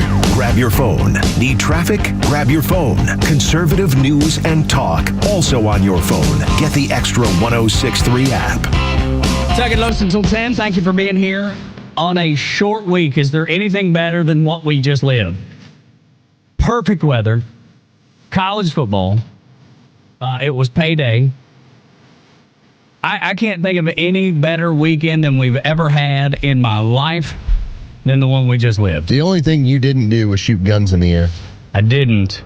But you wanted to. Yeah, I always want to. I told my wife, I was just on the phone with her, I was like, listen, Tug and I, we're not going to shut this thing down. It's time to party. Let's go. And she's like, you're not feeling great. You've got like this like stuffy head cold. And I said, I don't care. He's giving me devil horns. Damn the torpedoes. That's Full speed ahead. Full speed ahead. That's the way we live here. Tug is like ramming speed. I'm like, you got it. And if you don't like it, back off. Because we're going to do it anyway. We're glad that you're here and hoping you're feeling the way we are. Just very positive about the direction of the country, positive about young people in the country. There is not a lot to be upset about in Donald Trump's America. And we are living proof of it. We see you listening. We see you joining in on the YouTube channel. We see you streaming us on the Extra 106.3 app. The numbers are there and they're so positive. And we thank you for it. And the reason you're here is because you feel like we do, that things are headed in the right direction and you want to talk about it. This is a multi-pronged assault on what is going on in this country. The big, beautiful bill was about how much growth could you create when it comes to GDP. And the numbers are sitting +3. The goal is, and Scott Bessent's brought it up, how do we get it to 5? How do we have GDP at 5%, 5.5%? Because that's going to grow our way out of a lot of issues. But when I say multi-pronged, it's, all right, so what do you go after next? And we're now seeing the guns turned on pharmaceuticals. How much do your drugs cost? We're going to have to look at the healthcare industry. Why do we have an industry where people are having to pay as much as they are for getting as little as they are? This is going to be one area after another of American life. We've talked about housing. That's something else that I believe they're going to turn their attention to and say, why is it costing so much? Is it regulation? Is that what it's going on? Because that's what's going on in California. You can't build because you can't get past the regulations. Gosh. And we lived with these type of restrictions and limitations for at least the last 4 years, if not much, much longer. And finally somebody's there going, we don't got to live this way. It's just like with the crime thing that Donald Trump's focused on. All these big cities, they thought they didn't have any other choice. Unfortunately, crime was just going to be part of their future. Crime was just going to be part of their present. Crime was just going to be part of their everyday life. And then you have Donald Trump saying, no, not at all. We're going to fix it. Yep. He did it in California during the riots. He's done it in Washington, D.C. Against the wishes of their mayor, until the mayor saw what everybody else was seeing. Regular, everyday citizens of Washington, D.C. going, oh my gosh, this is the first time in years that I have not clutched my purse while walking down the street. I have long said that I should not have the president interfering in my daily life on a regular basis. That what goes on in Washington, I shouldn't feel it. That should be about my school boards. That should be about my local representatives. That should be about my county, my city. That's what should be really affecting me. That mathematics has changed. So it's what has happened. So what is it about now? What are the good ways that I can be affected? And I think part of what we've seen with Donald Trump, whether it's no tax on tips, we're not going to tax your Social Security, people are being touched in ways that are good for them, that they agree with. Now, how much further are you willing to push? Because the more that you start getting into going after big pharma or going after the medical industry, going after what's going on in housing, you're going to start stepping on some toes. Oh, sure. And I think you have the right person who's there for it. Because I don't think he cares. He doesn't. That's the beauty of it. He doesn't care because there's no one that controls him. There's no one that he owes. No. He doesn't owe a favor to anybody. He can push the buttons he needs to push, and he can do things to benefit the American people. And I think he's the guy to do it. He doesn't have to run for office again. He can get things done that no one ever envisioned that you could get done, and especially in such a short amount of time. One of the issues that I believe that we've addressed, and this has now come up since 2016, do you remember one of the big pushes we had when it was about getting rid of Obamacare? It was about whether or not you could have insurance companies compete over states. Can you get a policy somewhere else that applies to your state? And how can you open up the marketplace so there's competition, so it drives the cost down? These are issues that I believe we're going to start to address, where it's going to be, how do you create a market where there's more competition that's better for the American consumer? And so, housing's one. Housing's always going to be problematic because it's not what you buy, it's where you buy. Right. But the limited supply, too, has been problematic. What is Donald Trump doing? Eliminating people that are not supposed to be here. That are artificially driving up rents. Supply and demand automatically works when you take out, let's say there's 10 million people that he gets out. And I know he's not got that to that point yet. But if he does, that's 10 million fewer people vying for the house that you want to live in. I can always go back to small town Florida. Mayberry, Florida, okay? Like the area of like Mexico Beach, Port St. Joe, Cape San Blas. If you've been in that area, the Forgotten Coast, you know how small and wonderful and awesome it is. One of the issues that place was having for the better part of a decade is, where do you house the people that work here? Because they weren't buying houses. And there was a block of, well, we're not just going to put up a bunch of apartments. And so finally somebody decided, let's do a development at the end of Mexico Beach as you head off to the Air Force Base. And it's a really nice apartment area. And that is where a lot of people that work in the area, they rent a place. Because what was happening is, if you tried to rent a home, it was probably triple the cost of a typical apartment. Yeah. And so that's what you run into. It's like, what happens when, even in a small town, I'm trying to work here, but I can't afford to live here while I'm working? Yeah. That's the challenge for people. A lot of people run into that. Still to this minute, yes, people are running into it. Because the places that people are escaping from and escaping to, like in this area, you wonder why houses cost so much. Traditionally, the American South was one of the most inexpensive places to live. Very affordable. People couldn't believe it when they would move here from different places, New York or wherever. Taxes alone. Yeah, absolutely. They're like, I couldn't buy this house in New York. I couldn't buy this house in California. Now, because everybody's trying to do it, again, supply and demand has changed the dynamic altogether. We have a neighbor of ours that we met while we were at our neighborhood pool, and she had talked about how they lived in New Jersey for the better part of about 30 years. She said that she paid $14,000 in property taxes every single year. Goodness. She's like, you realize I came down here? She's like, I cut it to a third. Yeah. She's like, it's not even close. Yeah. But because lots of people are trying to do that, and it drives it up. It drives up the prices, which we've never had to deal with before. And now we are. But I think that's part of the problem, right? Having too many people, the people that aren't supposed to be here. I have no ill will against them. But I do want the American that is born and raised and their family have been here, that are born American citizens, to have the best opportunity. That's who the country is for. Do I believe in migration? Sure. Do I believe that some people can move here and do well and assimilate and be a part of the fabric of America that I know and love? Yes, I do believe that. But we can't allow politicians to flood the country and it have detrimental results on American citizens. We can't just let that go. And Donald Trump realizes that, which is why he's pushing for this new census. And the people at CNN know it. The people at MSNBC know it. Everybody knows it's coming. And it is going to benefit you because it hasn't for so long, Los. That's the thing. On CNN, they even call it out. Yeah, they point out that what's going on is that this is coming.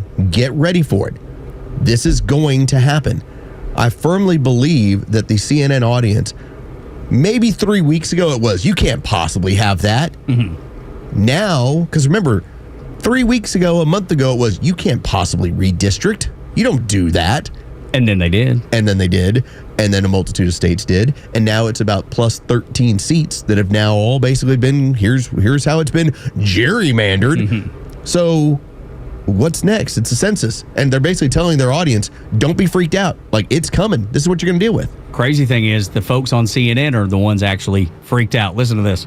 One of the big things is it helps decide congressional maps. Right. Does this have everything to do with redistricting? Well, it does. In fact, we know the 2020 census, the errors were almost always to the detriment of red states. Blue states like Rhode Island. Do we know that? We do know that. The Census Bureau's own audit of its work has proven that. Blue states like Rhode Island were overcounted. Rhode Island then didn't lose a seat. Red states like Alabama were undercounted. This is just a fact. It wasn't all red-blue, but it was disproportionately red-blue. They were so nervous. They were not expecting him to say what he said. Yeah, you did. Yeah. Oh, do we know that? Yes. Yeah. Yes, we do. Yeah, we do. When you put whatever the amount, thousands, hundreds of thousands, even millions, into states across the country, that is going to influence the congressional districts. That's going to give states that don't deserve the representation more representation, and states that do, they're going to be underrepresented. This has been going on for years. And the man that pointed it out, Brad Todd, he's telling CNN, it's worked this way for years. Donald Trump is trying to fix it so it actually benefits the American people, not the Democrat Party. That's what I'm here for. And we're talking about people moving here, Los. And if the census stuck the way it would be now, not even changing it, if it went to 2030, if projections hold the way they are, Democrats would lose the three largest swing state in the country. Win the three largest swing states in the country and still lose the White House because so many people have left those big blue cities and big blue states. We can speed that up. Yes. Keep them out of power for decades, for generations even. And it benefit the American people. It actually be done right. And that's the part that keeps getting left out. Is this would be the correct way to count the census. I certainly hope that we get a census by next spring. I think you're going to. That would be my hope. So far, the bread has been buttered. It's all been, here's what we're doing. And the Democrats told you can't possibly redistrict. That already happened. You can't possibly do another census. There's nothing in the Constitution other than stating that one has to be done every 10 years. There's nothing that keeps you from doing one every 6 months if you want. Right. Nothing. It's just about whatever it's going to cost the federal government. And I can't wait to see the amount of states that try and step forward and say, you can't possibly do another census. Oh, yes, we can. What do you mean? We just want to count people that are supposed to be here? Yeah. What problem do you have against here? that? What do you have against that? What's the issue here? They can't tell you the truth. They would never tell you the truth. And then when you boil it down, I don't have the numbers in front of me, but if you look at the country, the Republicans have about 15 states that they can redistrict, and the Democrats have about 4. The numbers of redistricting wins for the House in red states, way more than those 4 blue states that'll get 1 or 2. It goes in the Republicans' favor. It goes in Donald Trump's favor. It goes in your favor. Again, no matter how they do it, no matter what they do, things are going in your favor for the first time, and you have a president that's looking out for you, not the power of a party. He even bucks the system when it comes to the Republicans. He doesn't care. That's the beauty of it, is the fact that he's going to do what's right for you. He's going to do what's right for America. Doesn't matter if his party goes along or not. He'll drag him across the finish line kicking and screaming. Certainly seems that way. It's so this encouraging. Is what we're doing. Deal with it. So encouraging. And then you have there's Republicans out there that are screaming and shouting, saying, no, we don't need to do this. Donald Trump has not paid them one lick of attention. And we talked about Gen Z identifying as Republicans by a 12-point margin for the first time in generations and decades. And don't confuse that. They're identifying with Donald Trump. They're identifying with the successes that Donald Trump is having, not the Republican Party. That's why it can change so easily, Los, and you brought that up earlier. Yep. Because all the Republicans have to do is go back to business as usual, that establishment that we can't stand, and then it's lost. Everything's lost. If this party ever goes back to, like, Mike Pence Republicans. Yuck. John McCain Republicans. Yuck. If that's the way it goes back to where it's like, hey, I've got an idea. It's Mitt Romney's time. All right, that's where you're going to lose them. This party has been completely reformed by Donald Trump new rightist. That's what it is. If there was ever a point where I've actually enjoyed people or telling people, yeah, I voted for that. Yep. It used to be that people would vote for Donald Trump and then they wouldn't answer phones. They would hide out like, I'm not going to tell anybody. Now you're like, yeah, I voted for all that. Yeah, in fact, every time you bring up can you believe they're thinking about rolling people into Chicago and taking over the city? Yes, and I voted for it. Deal with it. And you've seen it work already in Washington, D.C. Is it a different scenario? Absolutely. 100%. But can it happen in Chicago? Yep. We're learning Donald Trump is putting together a plan right now to roll troops into National Guard just the way he did and did it successfully in Washington, D.C. And that's why you see over the weekend the mayor of Chicago just freaking out, signing a toothless, resistance bill that said we won't have our police cooperate with ICE. We won't be doing anything to help them. He knows he can't stop them. He knows that Donald Trump already has a plan in motion, and he probably knows what the plan is. So what does he do to get out in front of it? I'm going to put my foot down. We're going to have this symbolic legislation that says we won't cooperate. Ooh. It ain't going to matter. It's not going to matter. Muriel Bowser didn't cooperate either. What did she end up doing? Because her citizens appreciated what was going on with Donald Trump and the success that they were seeing, carjackings down by 90%. She said thank you. She had to. You know why? Because her constituents were saying thank you. Nothing like putting a politician on the hot seat to make them see the ill of their ways. How quickly did she turn around? Like 5 days? She was out there saying, no, this is terrible. The numbers were too good.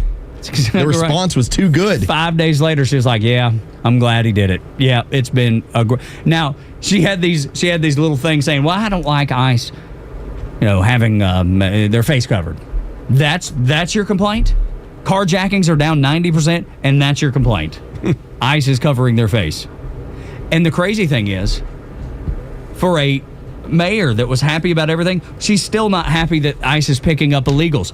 And if you look at the numbers, half of the crime that's being committed in D.C. was by illegals. If you take a look at the numbers of people they've arrested, it's half and half. Illegals are doing half the crime, and then American citizens doing the other half. So there's a reason to take those people off the street. There's a reason to have ICE out and about. This is just the best. This is what Donald Trump campaigned on.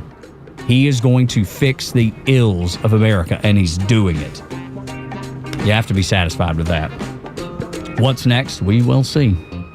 Could it be Chicago? Certainly the mayor there thinks so. That's the reason he's on his high horse all weekend long. When we come back on Extra 106.3, J.K. Rowling, she ain't a conservative. But she ain't wrong either for wanting her own space. Next on the Morning Extra, 9 o'clock hour, brought to you by Southern Exteriors. Your home exterior solution since 1999. 8779 southernexteriors.co. When conflicts escalate around the world, don't let the mainstream media scare you into believing their narrative. Get it right with Atlanta's only conservative voice. And trust the Morning Extra, Glenn Beck, Clay and Buck, The Kimmer Show, and our entire lineup to give it to you straight. Don't buy the fear. Just keep it here. Extra 106.3 FM and the all-new Extra app. Atlanta, good morning. Hey, it's Los. Let's talk about True Prep. First off, 1000 Cobb Parkway in Marietta. That's where you can go to the physical store, but I also highly suggest go to trueprep.com. That's truprep.com. You can check out all of the equipment that they have available to you. That includes used guns and gear and sales and clearance items that are regularly uploaded and updated on what they currently have in the store. Also, here's another end of it. True Prep isn't just about going over to pick up maybe new guns and ammo, maybe some camping equipment, maybe stuff where you're starting to prep and you want to make sure you have plenty of food available if something crazy was to happen. But also, they have events and workshops. That is to help you with this process. If you're just getting involved in this, they have workshops for you to learn. If you want to talk about water filtration, they have events and workshops for that. Or first-time gun buyers. All last month, they had a couple of different programs. They're going to be having some additional ones as well. Go to the website, check in, see when those events end up getting posted. Again, go to truprep.com. That's truprep.com. Prepare today for a word-free tomorrow with True Prep. By texting 64000, you agree to receive recurring automated marketing messages from Real Success. Message and data rates may apply. No purchase required. Terms apply. Available at ourrealsuccess.com. Do you want to learn how to make money flipping houses and acquiring rental properties right here in Atlanta without using your own money? You'll learn to flip houses and secure rental properties in your spare time to get on track towards real wealth building. We're offering a handful of motivated individuals the opportunity to attend our workshop right here in Atlanta for free. That's right, we'll give you 2 free tickets when you text FLIP to 64,000. Atlanta is the perfect market to flip houses and build rental income. Don't miss this opportunity. Come to a complimentary live 2-hour workshop next week right here in Atlanta and learn how to start making money flipping homes and building long-term wealth with rental properties. To get 2 free tickets, text FLIP to 64,000. Text in the next 10 minutes, and registrants will also receive a free copy of our Funding for Deals guide. Text FLIP to 64,000 for 2 complimentary tickets. Text FLIP to 64,000. Welcome to Willie's Wings, home of the secret sauce. I'll take a dozen wings. Oh, by the way, I love that sauce. What's in it? Can't tell you. Why not? It's a secret. While many financial advisors claim to have the secret sauce, they don't. In fact, if their sauce is so good, why are they keeping it a secret? Evan Ward of Atlas Retirement doesn't keep anything a secret. He knows there's much more to retirement planning than stocks, bonds, and mutual funds. Evan will develop a strategy designed specifically for you. It's your own secret sauce for retirement. Call Evan Ward at Atlas Retirement to schedule your personal portfolio X-ray today. Call 678-252-5224. That's 678-252-5224. Or online at atlasretirement.net. Fine, you want to know what's in the sauce? Absolutely.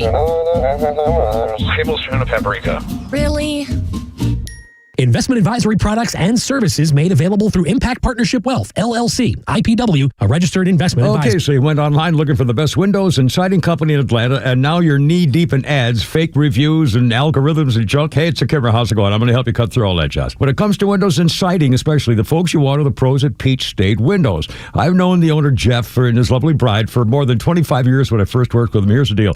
Jeff and his top-notch crews have been serving Atlanta for almost 50 years. That's a lot of windows, a whole lot of siding, too. In fact, it should be Peach State Windows and so much more. A whole bunch of happy customers, not some fly-by-night deal with cookie-cutter deals and mystery vendors from Lord knows where they get their stuff. Jeff's company built on integrity, quality, craftsmanship, not some slick marketing gimmick. Strong relationships with their top vendors means there are deals all over the place and the best material and the best tech and the best price for your home. Whether you're looking for looks and function, age, energy efficiency, skip the gimmicks, go right to the trusted name in the Peach State Windows, and so much more. PeachStateWindows.com. Millions of guys suffer from erectile dysfunction. That's 1 in 3 men. And I can tell you, I'm one of them. If you or someone you know suffers from ED, Peyronie's disease, or PE, here's 38-year emergency room doctor and founder of Total Body Therapy of Georgia, Dr. Eric Deal. Patients who enter my office are often frustrated, hopeless, depressed, and embarrassed. I understand the problem, and I'm going to help you fix it. We provide testosterone replacement therapy, the P-shot, and treatment for ED, PE, and Peyronie's disease. There's not just one therapy that can solve these complex issues. When you visit our clinic, you're going to see me. I'll do a complete history and physical prior to any treatment that we use. Take it from me, Dr. Deal. When it's not hard, it's really hard. Call Dr. Deal for your free one-on-one evaluation and resolve your ED, Peyronie's, or PE issues. 404-777-1911. Total Body Therapy of Georgia. 404-777-1911. Online at tbtofga.com. The stories that matter to you. These are your Georgia headlines. Here are your Georgia headlines for Tuesday, September 2nd. The GBI and FBI are investigating a series of hoax calls that reported active shooters at Georgia universities. False reports were called in on Friday night for both the University of Georgia and Clark Atlanta. False calls about campus shooters were widespread across the country last week. Authorities warned that the penalty for false reports is a $500 fine and up to 12 months in jail. Governor Kemp has suspended Cobb County Superior Court Clerk Connie Taylor from her post until a criminal case against her is resolved. Taylor was indicted last month on charges of record destruction and violating her oath of office. The charges stem from her allegedly keeping fees related to passport processing that should have gone to the county. And one of Atlanta's finest was honored for his bravery Officer Lamar Jacobs was awarded the 2024 National Law Enforcement Officer of the Year award for his actions that stopped a shooter in June of 2024. Today's weather mostly sunny with temperatures topping out at 80 degrees. With your headlines, I'm Jerry Payne for Extra 106.3. 9 o'clock hours brought to you by Southern Exteriors, your home exterior solution since 1999. 8779 Southern, southernexteriors.co. Make sure you get the website right. southernexteriors.co. So, J.K. Rowling, she's super active on Twitter, and she does not back down from anyone. The interesting thing about her is that we see eye to eye, at least me and Lo see eye to eye with her on her feeling that men and women are different and that women deserve their own locker rooms. Now, is she a conservative? Not that I know of. I think she's liberal on a lot of different issues. Sure. But on this one, we are in lockstep. We're in full agreement. And she's taken a beaten because of it. But like I said, she's not backing down, Los. Yeah, she pointed out HBO is basically doing their own version of Harry Potter. And so she's back in it. She says HBO has a reboot of Harry Potter, and she talked about the actors and directors who aren't involved that are basically going at her.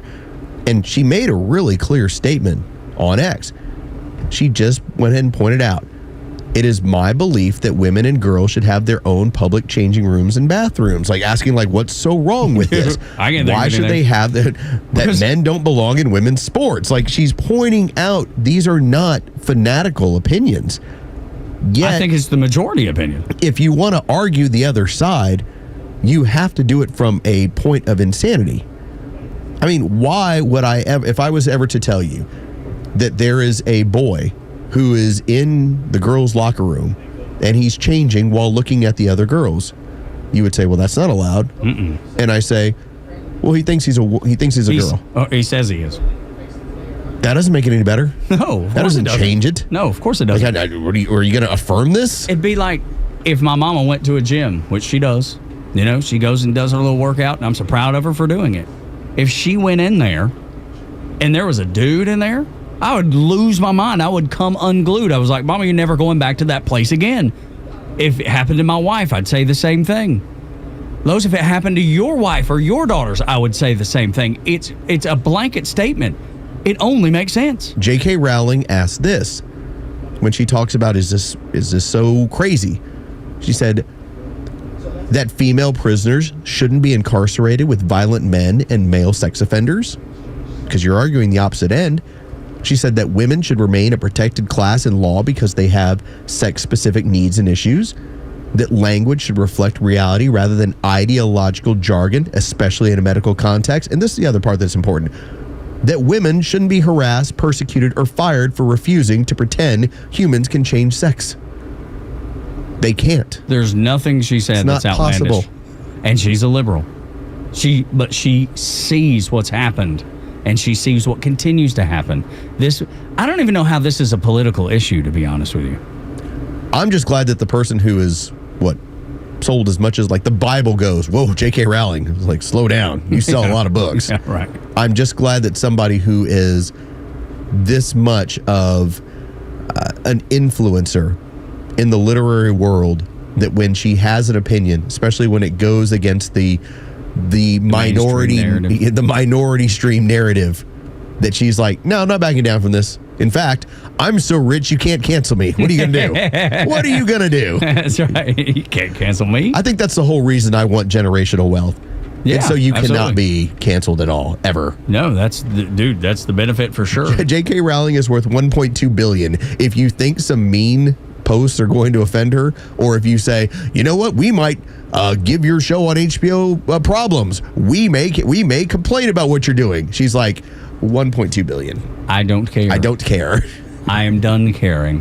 When it comes to a safe space for a woman to get dressed or undressed, for the life of me, I don't understand how anybody can be opposed to that. And I'm not even saying, if you want to have a bathroom, like a family bathroom, you know what I mean? Like if you go to a grocery store, there's men, women in the family bathroom. And then whomever can go into the family bathroom, but it's a one person at a time bathroom. That seems to solve the problem so simply and so easily. But no, They have to rub it in your face. You will accept this. And that's when people start pushing back. And that's exactly when J.K. Rowling pushed back. She was like, I don't have to accept anything. All I have to accept is what is right and what is wrong. I have to accept what is biological. I can't change biology, and neither can you. And that's where she plants her flag. It's just factual. That's all she's doing. Yeah, that's right. That's all she's doing, Tug. It is so clean cut. Just here's what it is, and you deal with it.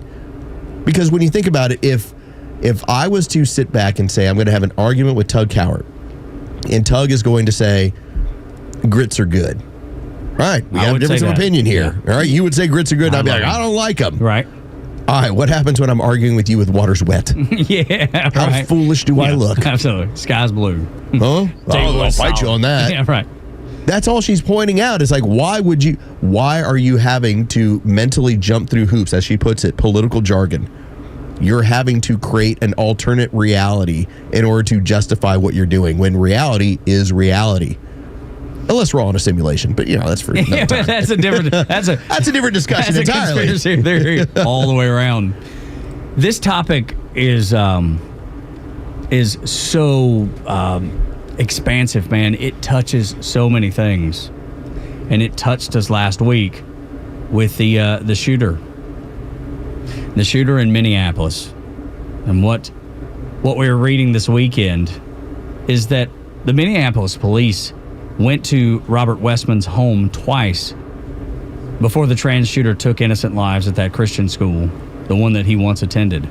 Listen to these dates: 2016 and 2018. That's when police showed up for a criminal offense and then a mental health checkup. Remember, 2017, right in the dead center of that, is when he changed his name from Robert to Robin.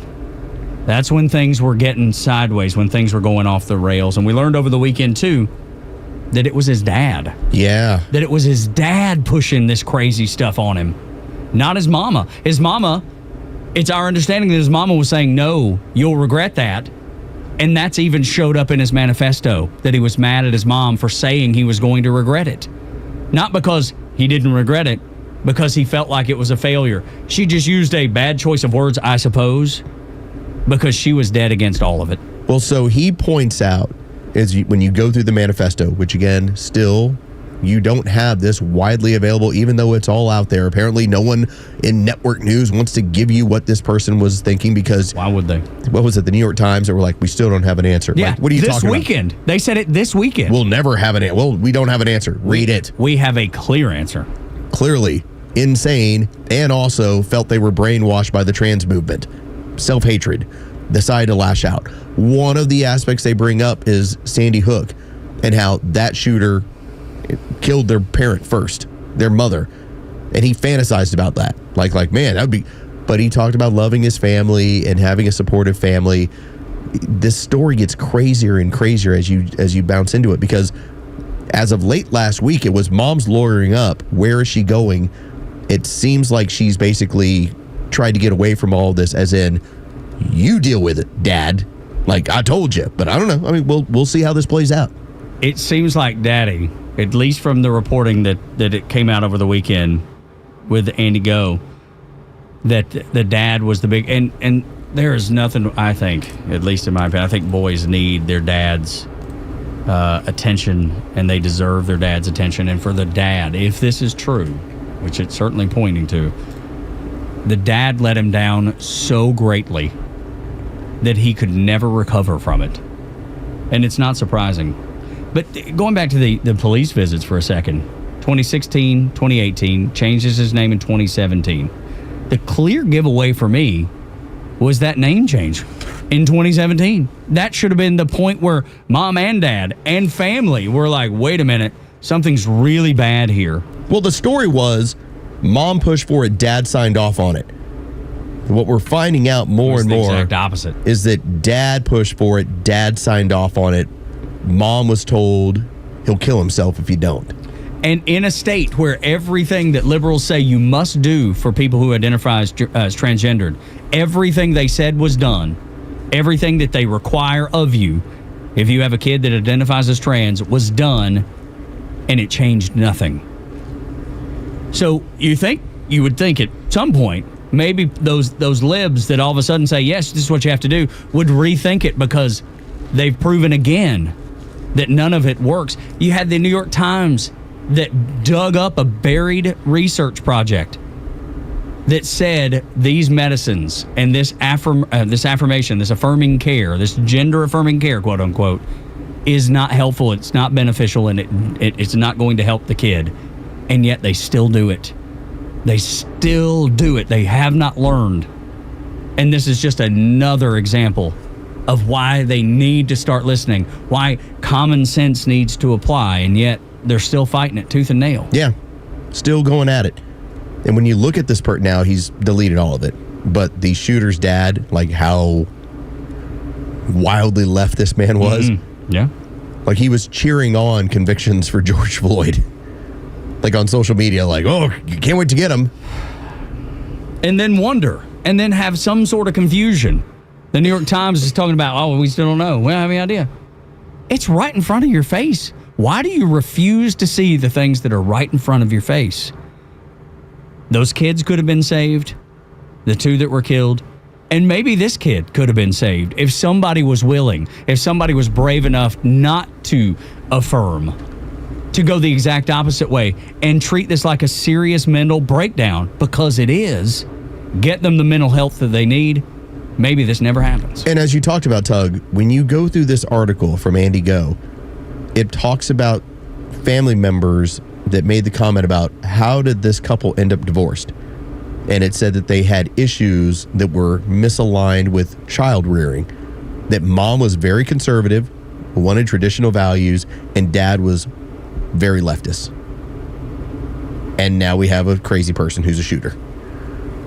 How and when will the left start acknowledging reality?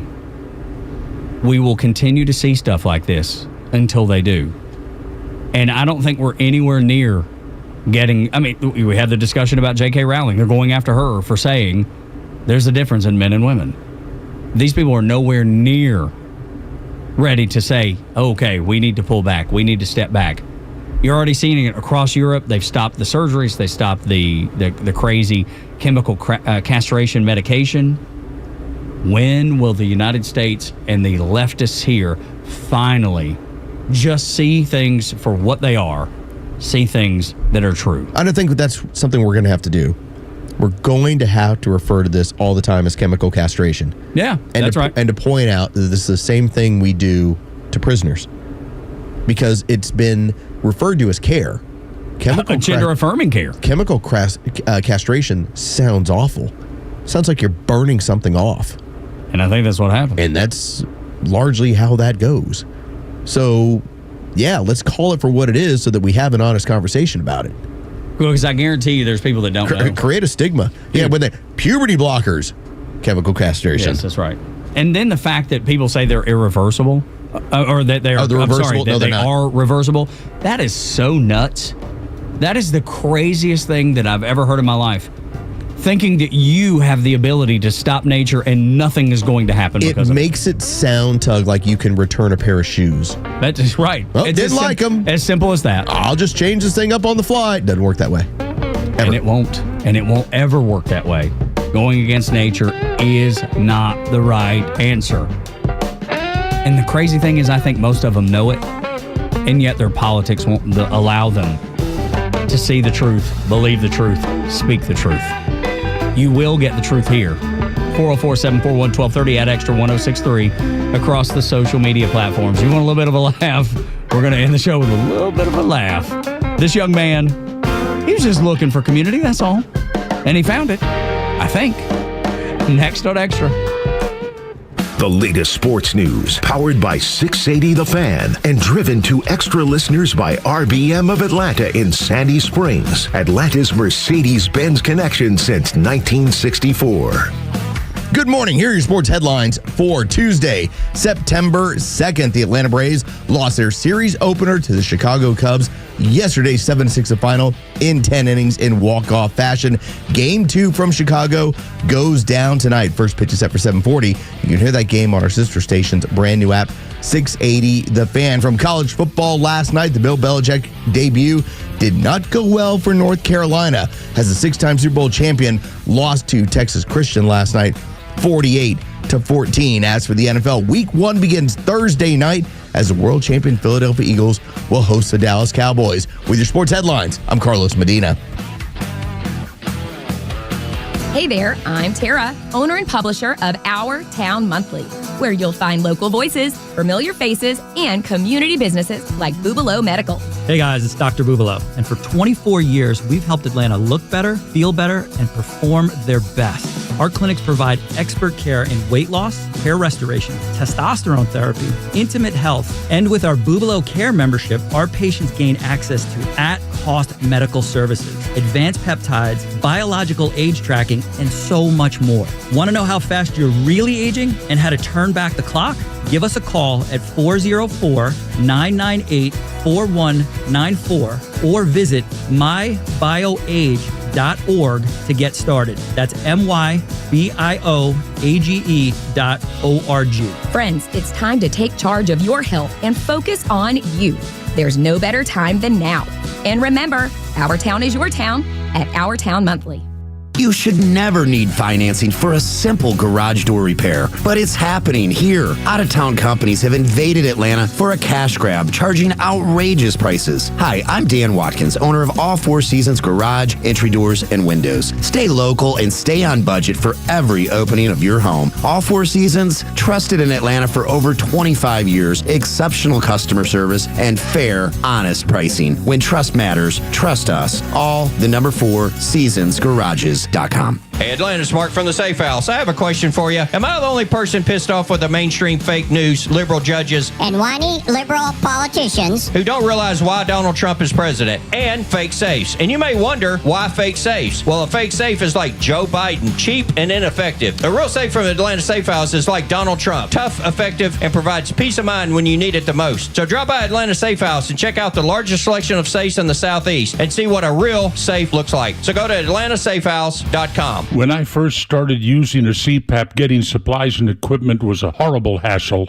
It pretty much stayed that way until I discovered CPAPs, etc.com. Same-day shipping on anything you might need, including travel CPAPs, hoses, masks, you name it. Same-day shipping. CPAPsETC.com or visit their store in Alpharetta. So easy, and you could be preserving your health and saving your life.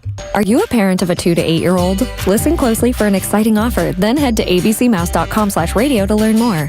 By now, you've probably heard of ABC Mouse, the award-winning online learning program. ABC Mouse is like a little one-on-one teacher. It has helped her so much. Designed by education experts, ABC Mouse seamlessly aligns with what your child is already learning in school. And with over 10,000 learning activities and more than 850 lessons, it's an engaging and comprehensive curriculum. More info at abcmouse.com/radio. I have been teaching for 13 years, and I've never seen a program like ABC Mouse. It encompasses science, math, reading, social studies. We're offering a promo at abcmouse.com/radio to try it free for a month, then $14.99 per month until canceled. Go to abcmouse.com/radio to see this offer. That's abcmouse.com/radio. Actual ABC Mouse users compensated for their testimonials. Sponsored by Age of Learning. Power's out. Tensions rise. What happens next is up to you. I'm former Navy SEAL Cade Courtley. When disaster strikes, how you prepared beforehand could save your life. Because when the lights go dark, people get desperate. They'll fight for food, beg for water, and do almost anything to get their hands on power. Being prepared and staying discreet may be what keeps you alive. That's why I trust the Patriot Power Generator 2500X from 4Patriots. It's fume-free, silent, and powerful enough to run your fridge, freezer, CPAP, even medical devices. With no gas, no noise, and no unwanted attention. Just clean, quiet power when you need it most. And right now, for National Preparedness Month only, you'll get a free expansion pack plus a free solar panel. That's a $2,100 value. Yours free. This has never been done before and will never happen again. Go to 4patriots.com, that's the number 4patriots.com, to claim your free expansion pack and free solar panel. Don't wait until it's too late. Prepare before the panic. Promises made, promises kept.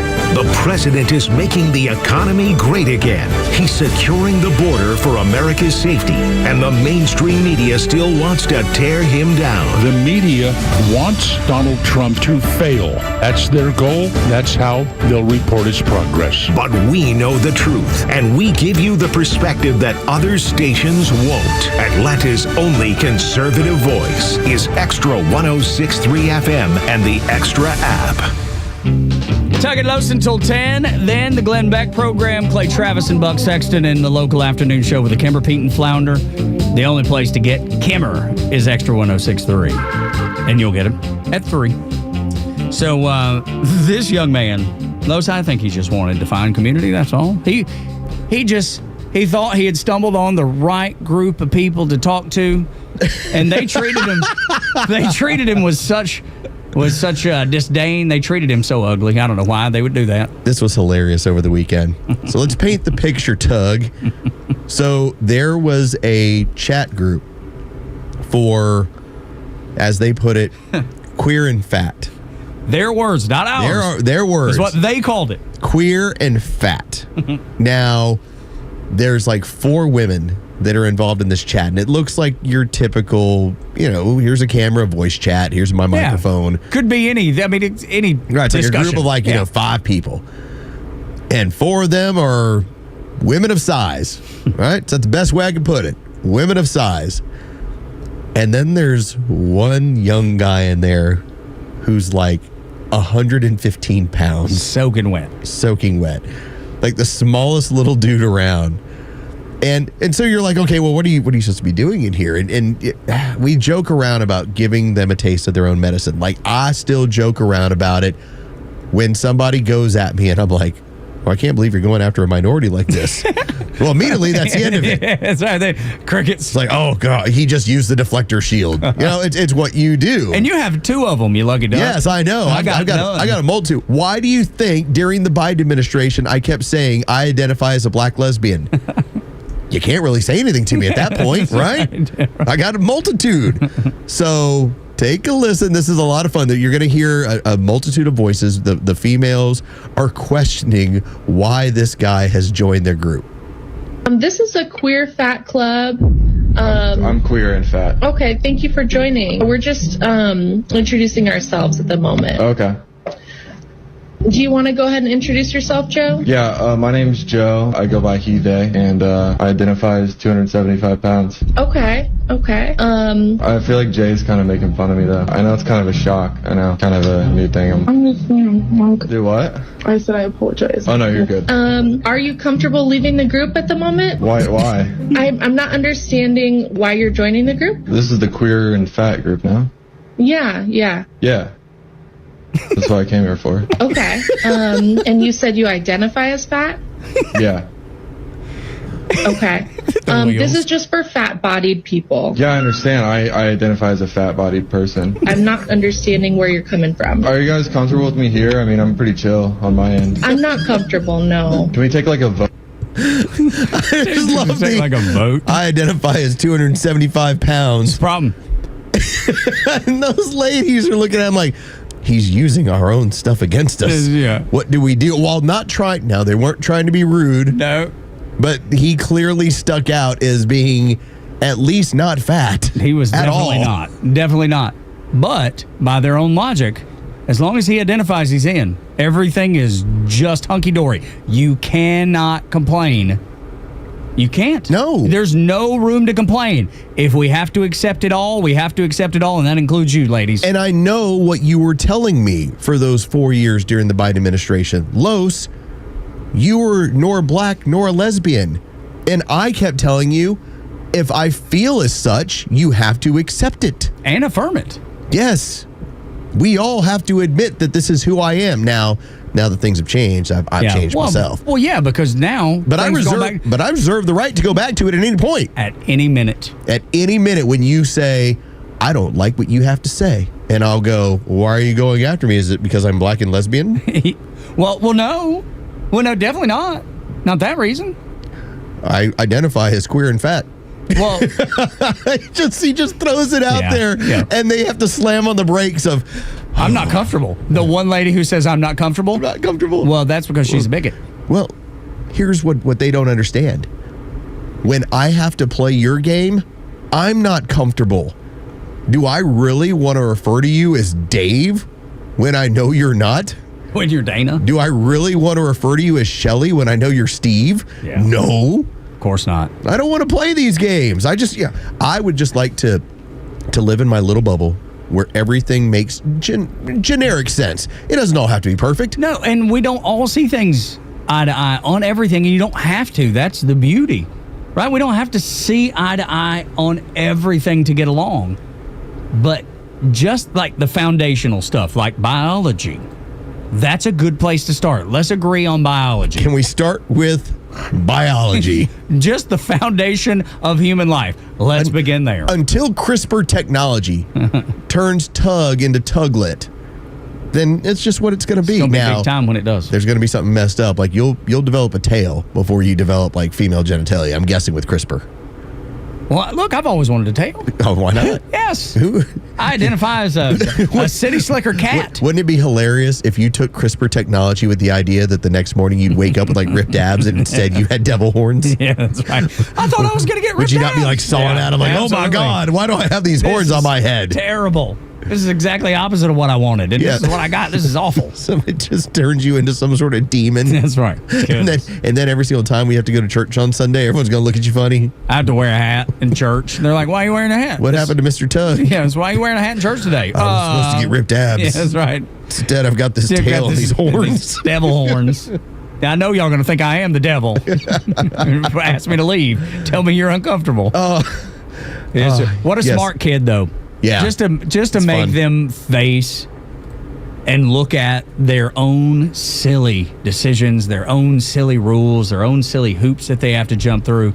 To have a 17-year-old kid pull the rug out from under these people so easily, like their arguments crumble every time.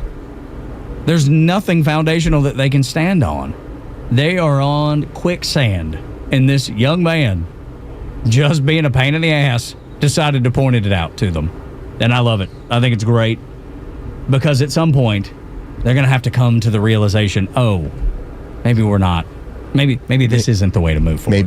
Maybe this is all silly. Maybe I'm being mocked. Yes. Well, you're definitely doing that. And by the way, if you happen to have 4 people in a room in a chat and they all happen to be queer and fat, doesn't that come across as a little bit boring when you don't have somebody who's either? Yeah. Like, shouldn't that add to the sauce? Shouldn't it make it more fun? Yeah, you would think. But apparently not. They were uncomfortable. I mean, there's a reason why I have a variety of friends, because they all bring something fun to the table. J.K. Rowling said she was uncomfortable with dudes in her space, and people just piled on her. Where are the people piling on this woman for saying she was uncomfortable with the skinny 17-year-old in the room? You know, if anything was just, they would be piling on her the exact same way, making her follow her own rules, the rules that she abides by and wants everybody else to abide by. Lord, it has been a fun day. Yes, this is a short week. What a great time. Coming off a great weekend. Everything is good in America, and it's because of you. And if not, we're going to make it better. That's right. And we're going to continue to fight. We're going to continue to march on and continue to move the needle on the Morning Extra. Thank you for being here. Beck is up next, then Clay and Buck, biggest show in all of conservative media, and the local afternoon show with the Kimmer, Pete, and Flounder. Kimmer show at 3 for Los and Jure. I'm Tug. Y'all come back now. You hear?